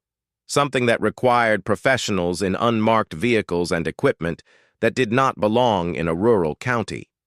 She fielded questions with the same deflective calm she had used throughout the entire process. When asked directly, she said the mill was being evaluated for potential historical significance, and the explanation was technically true, deliberately incomplete, and boring enough to discourage follow-up. Most people accepted it and moved on. A few did not, but their curiosity remained unfocused, directed at the activity rather than the cause. She watched from her car as they worked, parked at the edge of the gravel lot where she had stood so many times before with nothing but a canvas bag of tools and a stubbornness that the world had mistaken for foolishness. The mill looked the same from the outside. Stone walls, broken water wheel, sagging roof patched with tarps she had dragged up 3 stories by hand. Nothing about its appearance suggested what it contained. That, she realized, had always been its greatest protection. The same thing that made the world dismiss it was the thing that had kept it safe. And the full inventory took nearly 2 weeks. The appraiser returned with a team of specialists, numismatists, metallurgists, historians. Each one entered the vault and emerged with the same expression she had seen on the appraiser's face during his first visit. That quiet recalibration that happened when reality exceeded expectation by a margin too wide to process casually. The coins were cataloged individually. Each one was photographed, weighed, measured, and assigned a preliminary grade based on its condition. The numismatists worked with a reverence that bordered on tenderness, handling coins that had not been touched in over a century as if they might dissolve at the slightest pressure. Several pieces drew particular attention. A $20 gold piece from 1870, struck at the Carson City Mint, was identified as one of fewer than 30 known examples in private hands. Its estimated value alone exceeded $4 million. Another coin, an 1858 half-eagle with a minting error that had gone unrecorded in existing catalogs, was described by one specialist as a discovery piece, the kind that redefined the historical record simply by existing. The gold bars were weighed and assayed. Each one was consistent with the markings on its surface. High purity, properly documented, traceable to mints and refineries that had operated during the same period as Cornelius Ashford's mining operations. The connection was clear. Ashford had converted the output of his mines into refined gold and stored it beneath his mill, creating a private reserve that existed entirely outside the banking system of his era. The ledgers confirmed this narrative in meticulous detail. Each entry recorded the date of acquisition, the source, the weight, the purity, and the storage location within the vault. The handwriting was consistent throughout, suggesting that Ashford himself had maintained the records over the full span of accumulation. The final entry was dated November 1890, less than 5 months before the letter she had found near the vault door. After that, nothing. Whatever had caused Ashford to stop adding to his collection, whether age, illness, or simple satisfaction that the vault held enough, the ledgers did not say. The historians were particularly interested in the documents sealed with wax. When opened carefully under controlled conditions, they revealed correspondence between Ashford and several business associates, mining contracts, her property deeds, and a handwritten will that had never been filed with any court. The will named Ashford's children and grandchildren as beneficiaries of what he described as a reserve held in trust by the river. The language was poetic for a legal document, but its intent was unmistakable.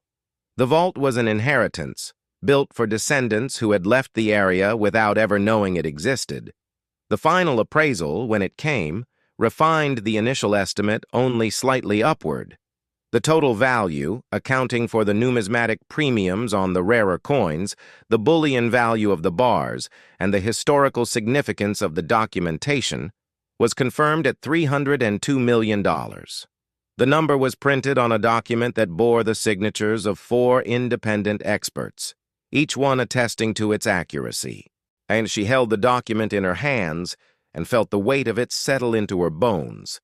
Not the paper itself, which was light and unremarkable, but the meaning behind it.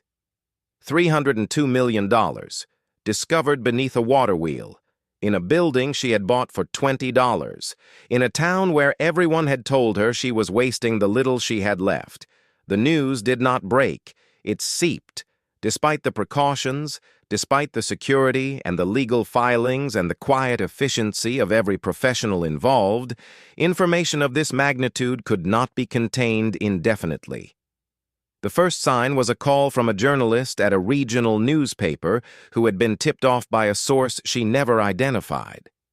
The journalist was polite, professional, and persistent. She declined to comment, on the lawyer's advice, but the story appeared anyway, brief, speculative, but accurate enough in its broad strokes that anyone who read it would understand what had happened. The town reacted in stages. The first stage was disbelief. People who had laughed at her, who had shaken their heads and offered unsolicited advice about priorities and common sense, now stood in grocery store aisles and gas station parking lots repeating the number to each other as if saying it enough times might make it feel real. 302 million. The phrase traveled through conversations like a stone skipping across water, touching down briefly before launching again. The second stage was silence. A particular kind of silence that she recognized because she had heard it before in different contexts. The silence of people recalculating. Not just the math of what the gold was worth, but the math of what they had said, how they had behaved, what their words and laughter and head-shaking now looked like in the light of what had actually happened. It was the silence of people confronting the distance between what they had assumed and what was true. The silence manifested in small, telling ways. People who had always waved casually now hesitated before waving, as if unsure whether the gesture still applied. Conversations at the diner shifted abruptly when she entered, the way conversations do when the subject of discussion walks through the door. At the school pickup line, mothers who had never spoken to her now made a point of saying hello, their smiles slightly too wide, their voices slightly too warm. The attention was disorienting. She had spent years being invisible in this town, and the sudden visibility felt like stepping from a dark room into bright light. Not painful exactly, but exposing in a way that required adjustment. She noticed that people treated the boys differently, too. Marcus came home from school one afternoon and mentioned that a classmate who had never spoken to him before had invited him to a birthday party. Elijah reported that his art teacher had called his drawings exceptional, a word she had never used before, despite the fact that Elijah's talent had been evident for years. These shifts were not malicious. Most of them were probably sincere. But their timing revealed the mechanism beneath the kindness, the way value changed perception, the way people treated you differently when the math of your life suddenly produced a different sum. She did not resent it. Resentment required energy, and she had spent too many years running on empty to waste what she now had. But she noticed it. She noticed all of it. And she filed it away in the same mental archive where she had stored the positions of the marked stones and the rhythm of the dripping faucet. Details that mattered because they told the truth about how the world actually worked. Brenda at the gas station was among the first to go quiet. She had been the loudest voice of criticism, the one who had called the mill purchase irresponsible within earshot of the boys. Now she rang up customers with a tight expression and avoided eye contact when she entered the store. She did not apologize. She did not need to. The silence said everything an apology would have, and it said it more honestly. The man from the hardware store who had joked about the haunted house found a reason to be elsewhere whenever she appeared. He sent his wife instead, who smiled with a warmth that had not existed before and complimented her boys on their manners. The compliment was genuine, but the timing was not. Her sister called. The conversation was longer this time, the pauses heavier. Her sister did not say she had been wrong. She said she was glad things had worked out. The distinction mattered, but not enough to argue over. She accepted the sentiment and changed the subject. Some bridges were better crossed slowly, without stopping to examine every board. But later that evening, after they had hung up, her sister sent a text message.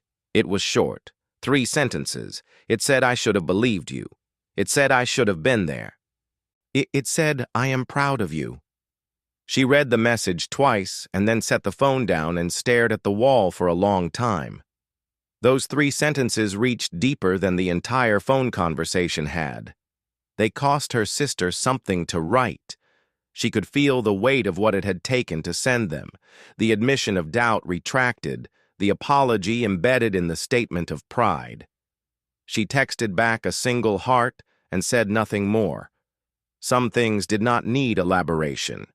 They needed only to be acknowledged and then held quietly, like a coin pressed into the palm of someone you loved. The man who had told her the building was past saving came by the mill one afternoon. He stood at the edge of the gravel lot, hands in his pockets, looking at the stone walls as if seeing them for the first time. When she came out, he did not make a speech, and he said he had some lumber that was taking up space in his garage and wondered if she could use it. The offer was small, practical, and entirely transparent in its motivation. She accepted it without comment.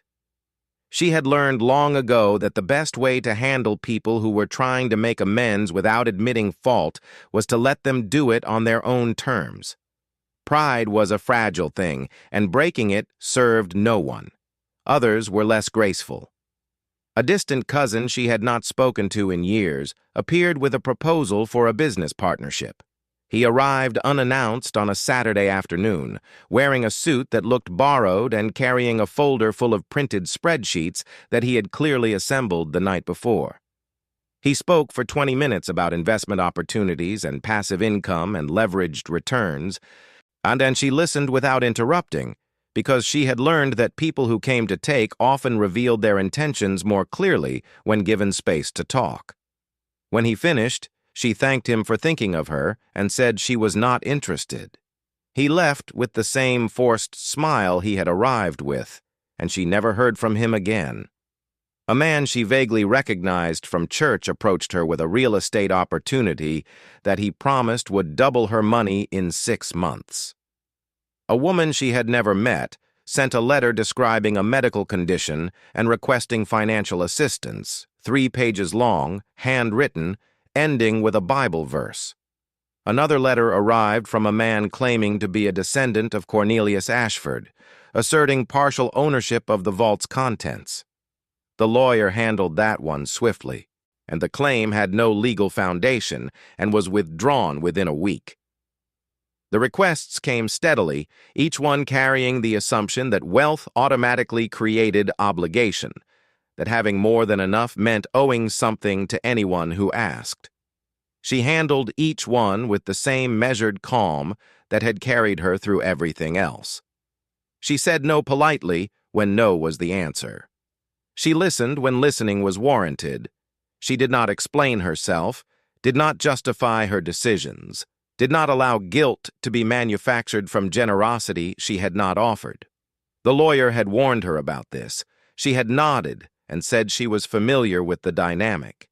People who had never offered a hand when she was drowning were now reaching out because they saw something they wanted. She did not blame them. She understood it. But understanding did not require participation. What surprised her most was how little the money changed the texture of her daily life in those first weeks. She still made breakfast. She still drove the boys to school. She still stood at the kitchen sink and watched the water run and listened to the house settle around her. The faucet still dripped, though she could have replaced it 10,000 times over. She left it for a while, not out of neglect, but because the sound had become familiar, a small rhythm that marked the boundary between who she had been and who she was becoming. She was not ready to erase that boundary entirely. Not yet. The first real change she made was quiet and invisible. She paid off every debt she owed, every overdue bill, every medical charge, the every late fee that had accumulated like barnacles on the hull of her financial life. She did it in a single afternoon, sitting at the kitchen table with a stack of envelopes and a pen, writing checks from an account that the trust had established for immediate needs. The amounts were small by any objective measure. $112 here, $67 there, $240 for the landlord, $18.50 for a library fine she had forgotten about entirely. She sealed each envelope, stamped it, and set it in a neat pile by the door. When she was finished, the stack was gone. Not the physical stack, that sat ready for the mailbox, but the weight of it. The invisible architecture of anxiety that had pressed against her every waking moment for years. It was gone. Lifted. The relief was not dramatic. It was structural. Like removing a load-bearing wall from a building and discovering that the building could stand on its own. She sat at the table for a long time after the last envelope was sealed. The kitchen was quiet except for the faucet. She looked at the empty space on the counter where the bills had been, that same corner where they had accumulated for years, growing thicker each month, a paper monument to everything she owed and could not pay. The space was clear now, just countertop, just surface. The absence of the stack was more visible to her than the stack itself had ever been. She walked to the mailbox and placed the envelopes inside, raising the flag. The gesture felt ceremonial, though she knew the mail carrier would treat it the same as any other delivery. On the walk back to the house, she looked up at the sky, which was doing nothing remarkable, just being gray and wide and ordinary, and she felt something shift in her chest. Not joy, not yet. Joy would come later, in unexpected moments when she was not looking for it. What she felt now was simpler, lighter. The feeling of setting something down that she had been carrying for so long, she had forgotten what her body felt like without it. She told the boys that evening. Not the full story, not the number. Children did not need numbers to understand that something important had happened. She told them that the old mill she had bought had turned out to be worth a lot more than anyone expected.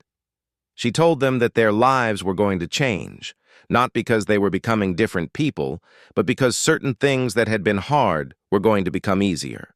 And she told them that they would never have to worry about shoes or coats or field trips again.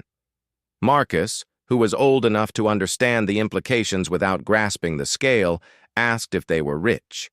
She thought about the question longer than he expected. Then she said they were safe.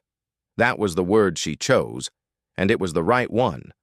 Rich was a condition, safe was a feeling, and safety, real safety, the kind that meant not lying awake at 3 a.m. doing math that never worked, that was what the gold had given her. Not luxury, not status, not the admiration of a town that had never offered it before. Safety. Elijah, who had been listening with the focused intensity that quiet children brought to conversations they sensed were important, asked a different question. He asked if they were going to fix the waterwheel.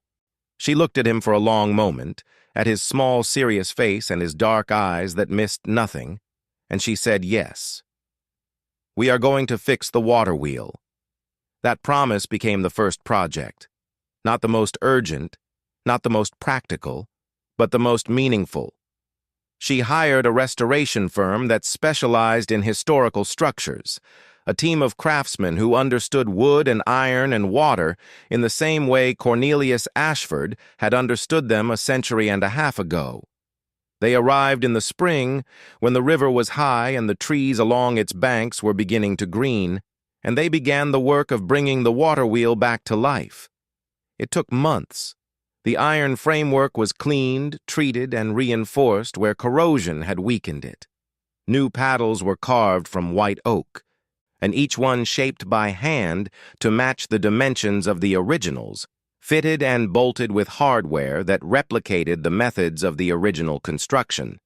The shaft was realigned, the bearings rebuilt, the housing where it entered the mill wall restored with stonework that matched the precision of Cornelius Ashford's builders. She brought the boys to watch the work whenever she could. Marcus asked questions incessantly, fascinated by the machinery, by the way water could be turned into power through nothing more than angle and weight and patient engineering. Elijah sat on the riverbank and drew. His pictures improved steadily over the weeks, the crayon giving way to pencils, the proportions growing more accurate as he studied the wheel and its surroundings with the same quiet intensity he brought to everything. The day the wheel turned again was a Tuesday in late May. The restoration crew gathered on the riverbank, and she stood with them, the boys on either side of her, watching as the sluice gate was opened and water rushed against the new paddles for the first time. The wheel resisted briefly, the way old things always did when asked to move after long stillness. The iron groaned. The new oak creaked against its fittings. For a moment she thought it would not work. that the gap between intention and reality was too wide, that the century of silence had been too long, that some things once stopped could not be started again. Then it caught. The current found its grip. A single paddle dipped into the flow, and the water pushed against it with a force that was patient and irresistible. The wheel shifted. Slowly at first, barely perceptible, and then with gathering momentum as each successive paddle entered the current and received its share of the river's weight. The wheel began to turn. The sound it made was unlike anything she had heard before. A deep, steady rhythm that resonated through the stone walls and carried out across the river. Not mechanical exactly, organic, as if the building itself had drawn a breath and begun to hum.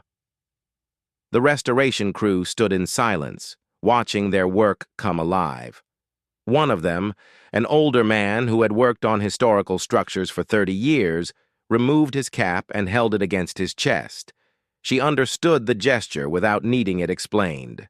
They had not merely rebuilt a mechanism. They had restored a heartbeat. The boys watched with wide eyes. Marcus grinned, and the unrestrained grin of a child who has seen something for the first time that exceeds every expectation.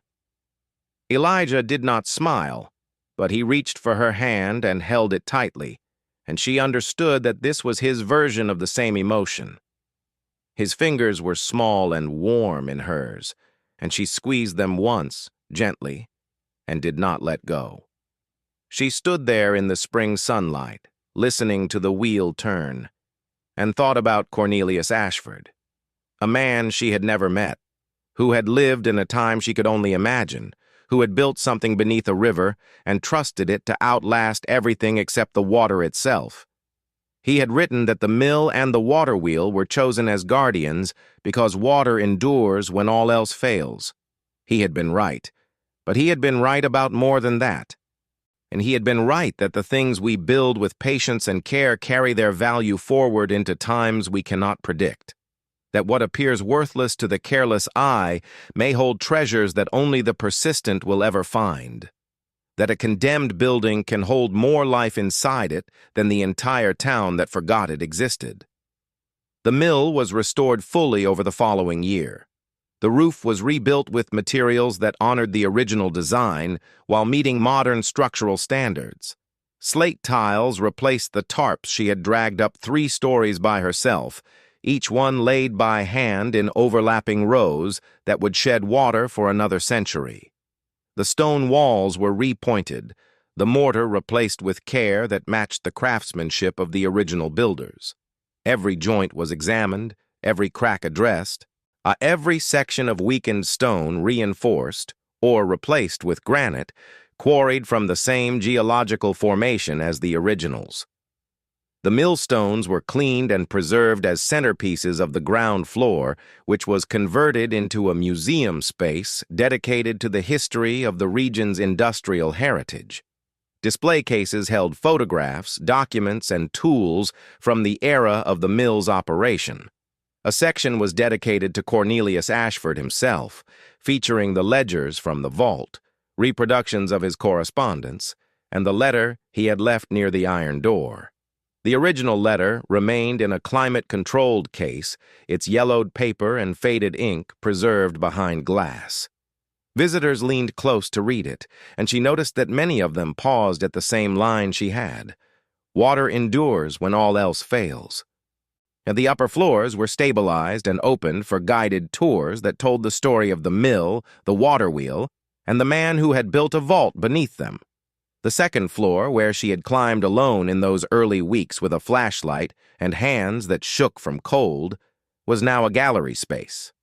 Local artists displayed their work there, and on weekends, the sound of conversation and laughter drifted down through the beams to the ground floor in a way that made the building feel alive in a manner it had not experienced since the 19th century. She funded the restoration entirely, not as charity, not as obligation, but as recognition. The mill had given her everything. The least she could do was give it back its dignity. The vault itself was preserved as a historical site. The gold had been removed. transferred under armed escort to secure storage facilities where it would be managed by the trust. But the chamber remained. The stairs, the iron door with Cornelius Ashford's name and date, the stone shelves where the boxes had sat, the brackets that had held unlit lamps for a century and a half. Visitors descended the narrow staircase and stood in the space where $302 million in gold had waited in perfect silence for someone who cared enough to look. She established a foundation in Cornelius Ashford's name. Its purpose was education, specifically the education of children in communities like hers, places where talent was abundant but opportunity was not. Scholarships, school supplies, field trip funding, after-school programs, and the kind of support that she had wished existed when Marcus needed new shoes and Elijah wanted art supplies and the math never worked. The foundation operated quietly, without press conferences or ribbon cuttings. She had no interest in public display. The work itself was the point. The first grant the foundation awarded went to the elementary school that Marcus and Elijah attended. It funded a full year of art supplies, a new set of books for the library, and field trips to 3 museums that the school had not been able to afford in over a decade. The principal, a tired but dedicated woman who had been stretching budgets since before anyone could remember, stood in her office and cried when the check arrived. She did not know where the money had come from, and the foundation's name did not immediately connect to the woman who had bought the condemned mill. When she eventually learned the truth, she wrote a letter that was 4 sentences long and more eloquent in its brevity than any speech could have been. The second grant went to a vocational training program in the next county, one that taught trades like carpentry, electrical work, and welding to young people who had been told their only options were college or nothing. She knew the value of working with your hands. She knew what it meant to fix things, to build things, to take something broken and make it whole again. That knowledge had saved her life, literally and figuratively, and she wanted it available to anyone who needed it. Doris received a new car, not because she asked for one, and not because she expected anything in return for the years of quiet, uncomplaining support she had provided, but because loyalty deserved recognition, and Doris had been loyal when loyalty cost something. She had watched the boys without compensation. She had brought coffee to the mill without being asked. She had said keep going when the rest of the world said give up. Those 2 words had carried more weight than 1,000 louder voices, and the debt they represented was the kind that no dollar amount could truly settle. But a new car was a start. The car appeared in her driveway one morning with a note that said simply, "Thank you." Doris called her in tears and said she did not deserve it. She told Doris that deserving had nothing to do with it. Some debts were too important to leave unpaid. They talked for an hour that morning, or longer than they had ever talked before, and when the conversation ended, the silence between them was the comfortable kind. The kind that existed between people who understood each other without needing to explain. She also arranged for Doris's mortgage to be paid off, though she did that through the lawyer and without telling Doris directly. Some gifts were better delivered without the weight of gratitude attached. Doris would discover it in her own time, in her own way, and the shock of it would carry its own form of joy. That was enough. The boys adjusted to their new circumstances with the resilience that children brought to most changes. Marcus, who had always been curious and energetic, channeled his interests into science and engineering, and, spending hours at the restored mill, asking the craftsmen about gears and water pressure and the physics of rotational force. He talked about becoming an engineer, and for the first time, the dream did not carry the unspoken asterisk that their financial reality had always attached to such ambitions. Elijah continued to draw. His art grew more sophisticated as access to better materials allowed his skill to develop without the constraints of broken crayons and notebook paper. He drew the Waterwheel repeatedly in every season, from every angle, as if trying to capture something about it that words could not reach. One of his drawings, a pencil study of the wheel turning at sunset, was framed and hung in the mill's museum gallery. He stood in front of it during the opening with his hands in his pockets and said nothing. But the look on his face was one she would carry with her for the rest of her life. She bought a house, not a mansion, not a showpiece. A house. It was located outside of town, on a piece of land that bordered a creek and had enough space for the boys to run and enough trees to make the air feel clean. She had looked at dozens of properties before choosing this one. The lawyer had suggested a gated community. The real estate agent had shown her estates with swimming pools and home theaters and kitchens larger than the entire rental house she was leaving behind. She had walked through each one politely and left without making an offer. The house she chose was simple, stone and timber, one story with an attic, set back from a dirt road that wound through a valley where the morning fog settled like something poured.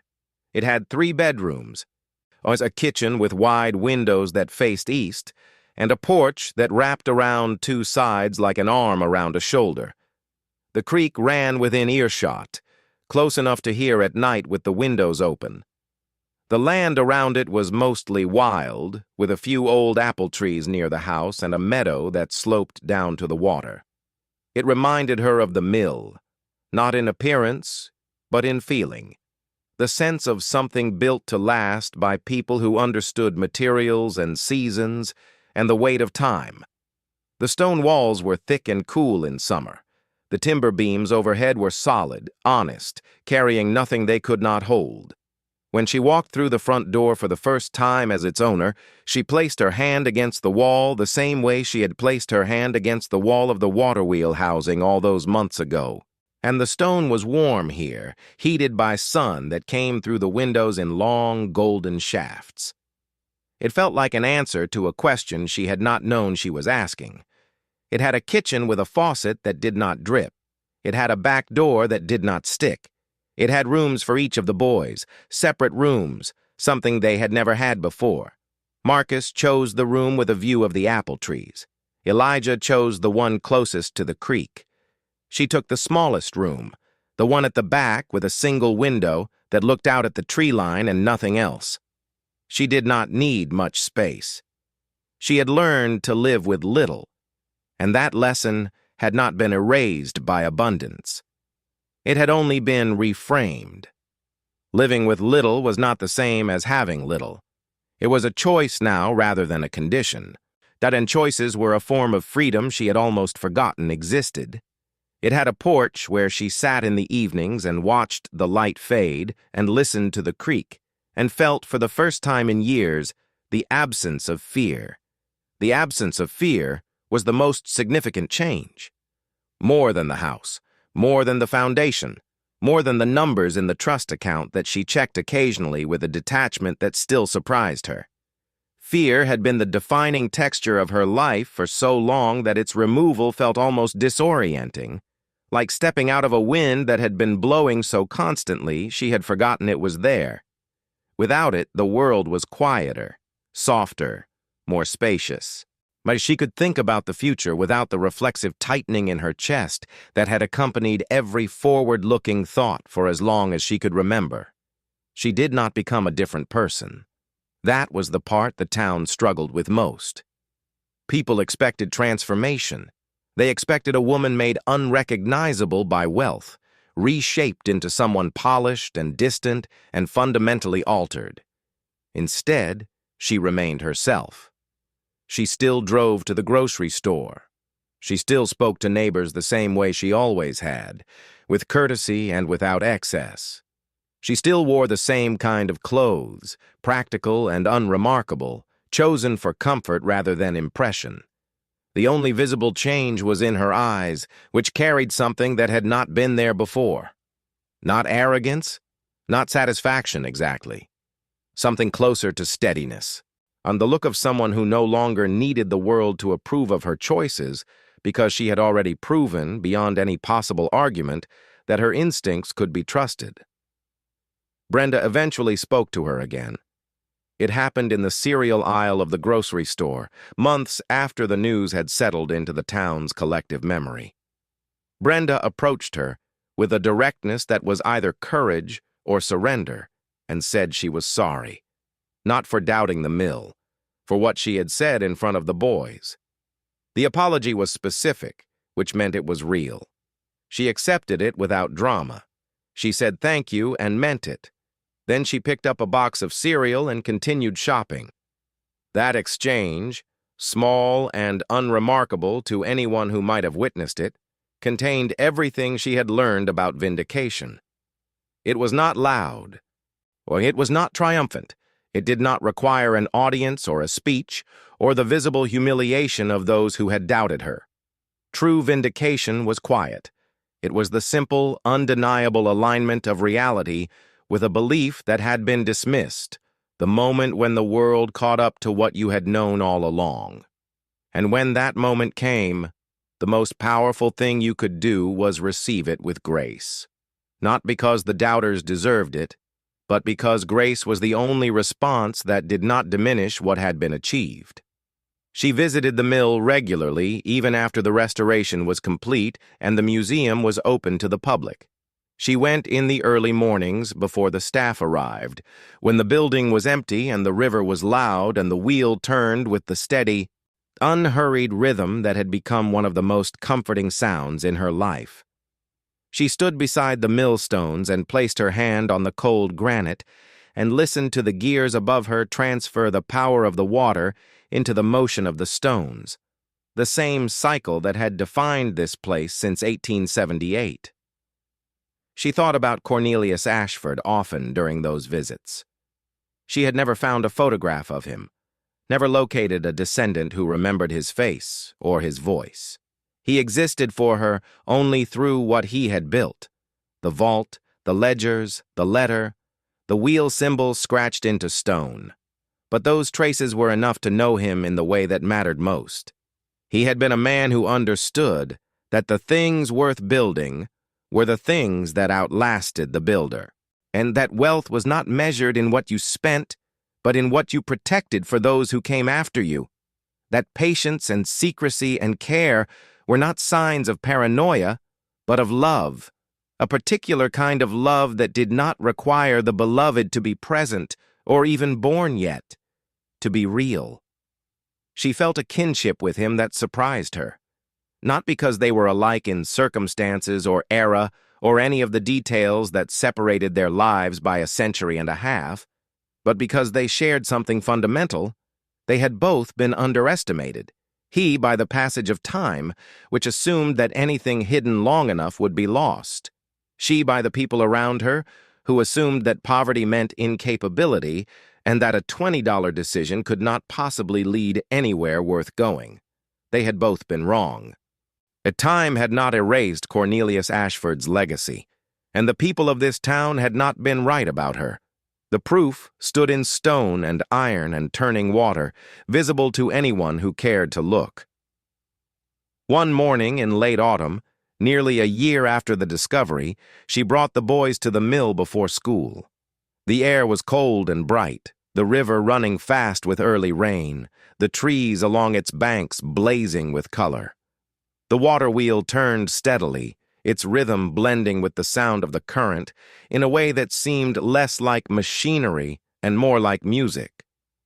Marcus ran ahead, as he always did, eager to see the wheel up close, already asking questions about flow rates and gear ratios that she could not answer but never discouraged. Elijah walked beside her, slower, his sketchbook tucked under his arm, and his eyes moving across the landscape with the particular attention of someone who saw the world not as it was, but as it could be drawn. She stopped on the path and let the moment settle around her. The mill, the river, the wheel turning in the morning light. Her boys moving through a world that had opened for them in ways she had once been afraid to imagine. This was not the life she had planned. It was not the life anyone had predicted for her. It was the life that had emerged from a single decision made at a county auction on a Saturday afternoon, when a woman with $20 and nothing to lose raised her hand and changed everything. She did not think of herself as lucky. Luck implied accident, and nothing about what had happened was accidental. She had worked for it. She had endured for it. Or she had shown up at a condemned building day after day, with blistered hands and an aching back, and the laughter of an entire town ringing in her ears, and she had refused to stop. The gold had been waiting for 150 years, but it had not been waiting for just anyone. It had been waiting for someone who would do the work, someone who would notice what others overlooked, someone who would press their hand against a cold stone wall and feel the difference that no one else had ever bothered to find. She watched the wheel turn and thought about what she would say if Cornelius Ashford could stand beside her now. She thought he would not need her to say anything. He would see the wheel moving. He would see the mill restored. He would see the boys running along the riverbank. Their futures no longer constrained by the limits of what their mother could afford. And he would understand, without a word being spoken, that his trust had been honored. Water endures when all else fails. That was what he had written, and he had been right. The water had endured. The vault had endured. And she had endured. Through poverty and mockery and doubt, through sleepless nights and overdue bills, and the slow erosion of hope that came from being dismissed by everyone who should have known better. She had endured because endurance was the only thing she had that no one could take away. And now, standing in the autumn light with the wheel turning and the river running and her boys filling the air with the sound of childhood, she understood something about that endurance that she had never been able to articulate before. It was not stubbornness. It was not desperation. It was faith. Not in a specific outcome, not in the certainty of reward, but in the simple, unshakable belief that effort matters, that showing up matters, that the things everyone else walks past without looking might be the very things worth stopping for. $20, a condemned mill, a water wheel that had not turned in a century, and beneath it all, hidden in stone and silence, a fortune that had been waiting for someone who refused to walk away. She took a breath. The air was cold and clean and carried the smell of the river and the turning season. The boys called to her from the riverbank, their voices bright and unworried, asking her to come look at something they had found in the water. She smiled, a real one, the kind that started somewhere deeper than her face, and walked toward them. The wheel turned behind her. The river ran beneath it. The mill stood solid against the sky, its stones holding the weight of history and the promise of everything that was still to come. Thank you so much for watching until the end. If you loved this story, check out the other videos on your screen now. I think you will really enjoy them. And do not forget to subscribe if you have not already. See you in the next story.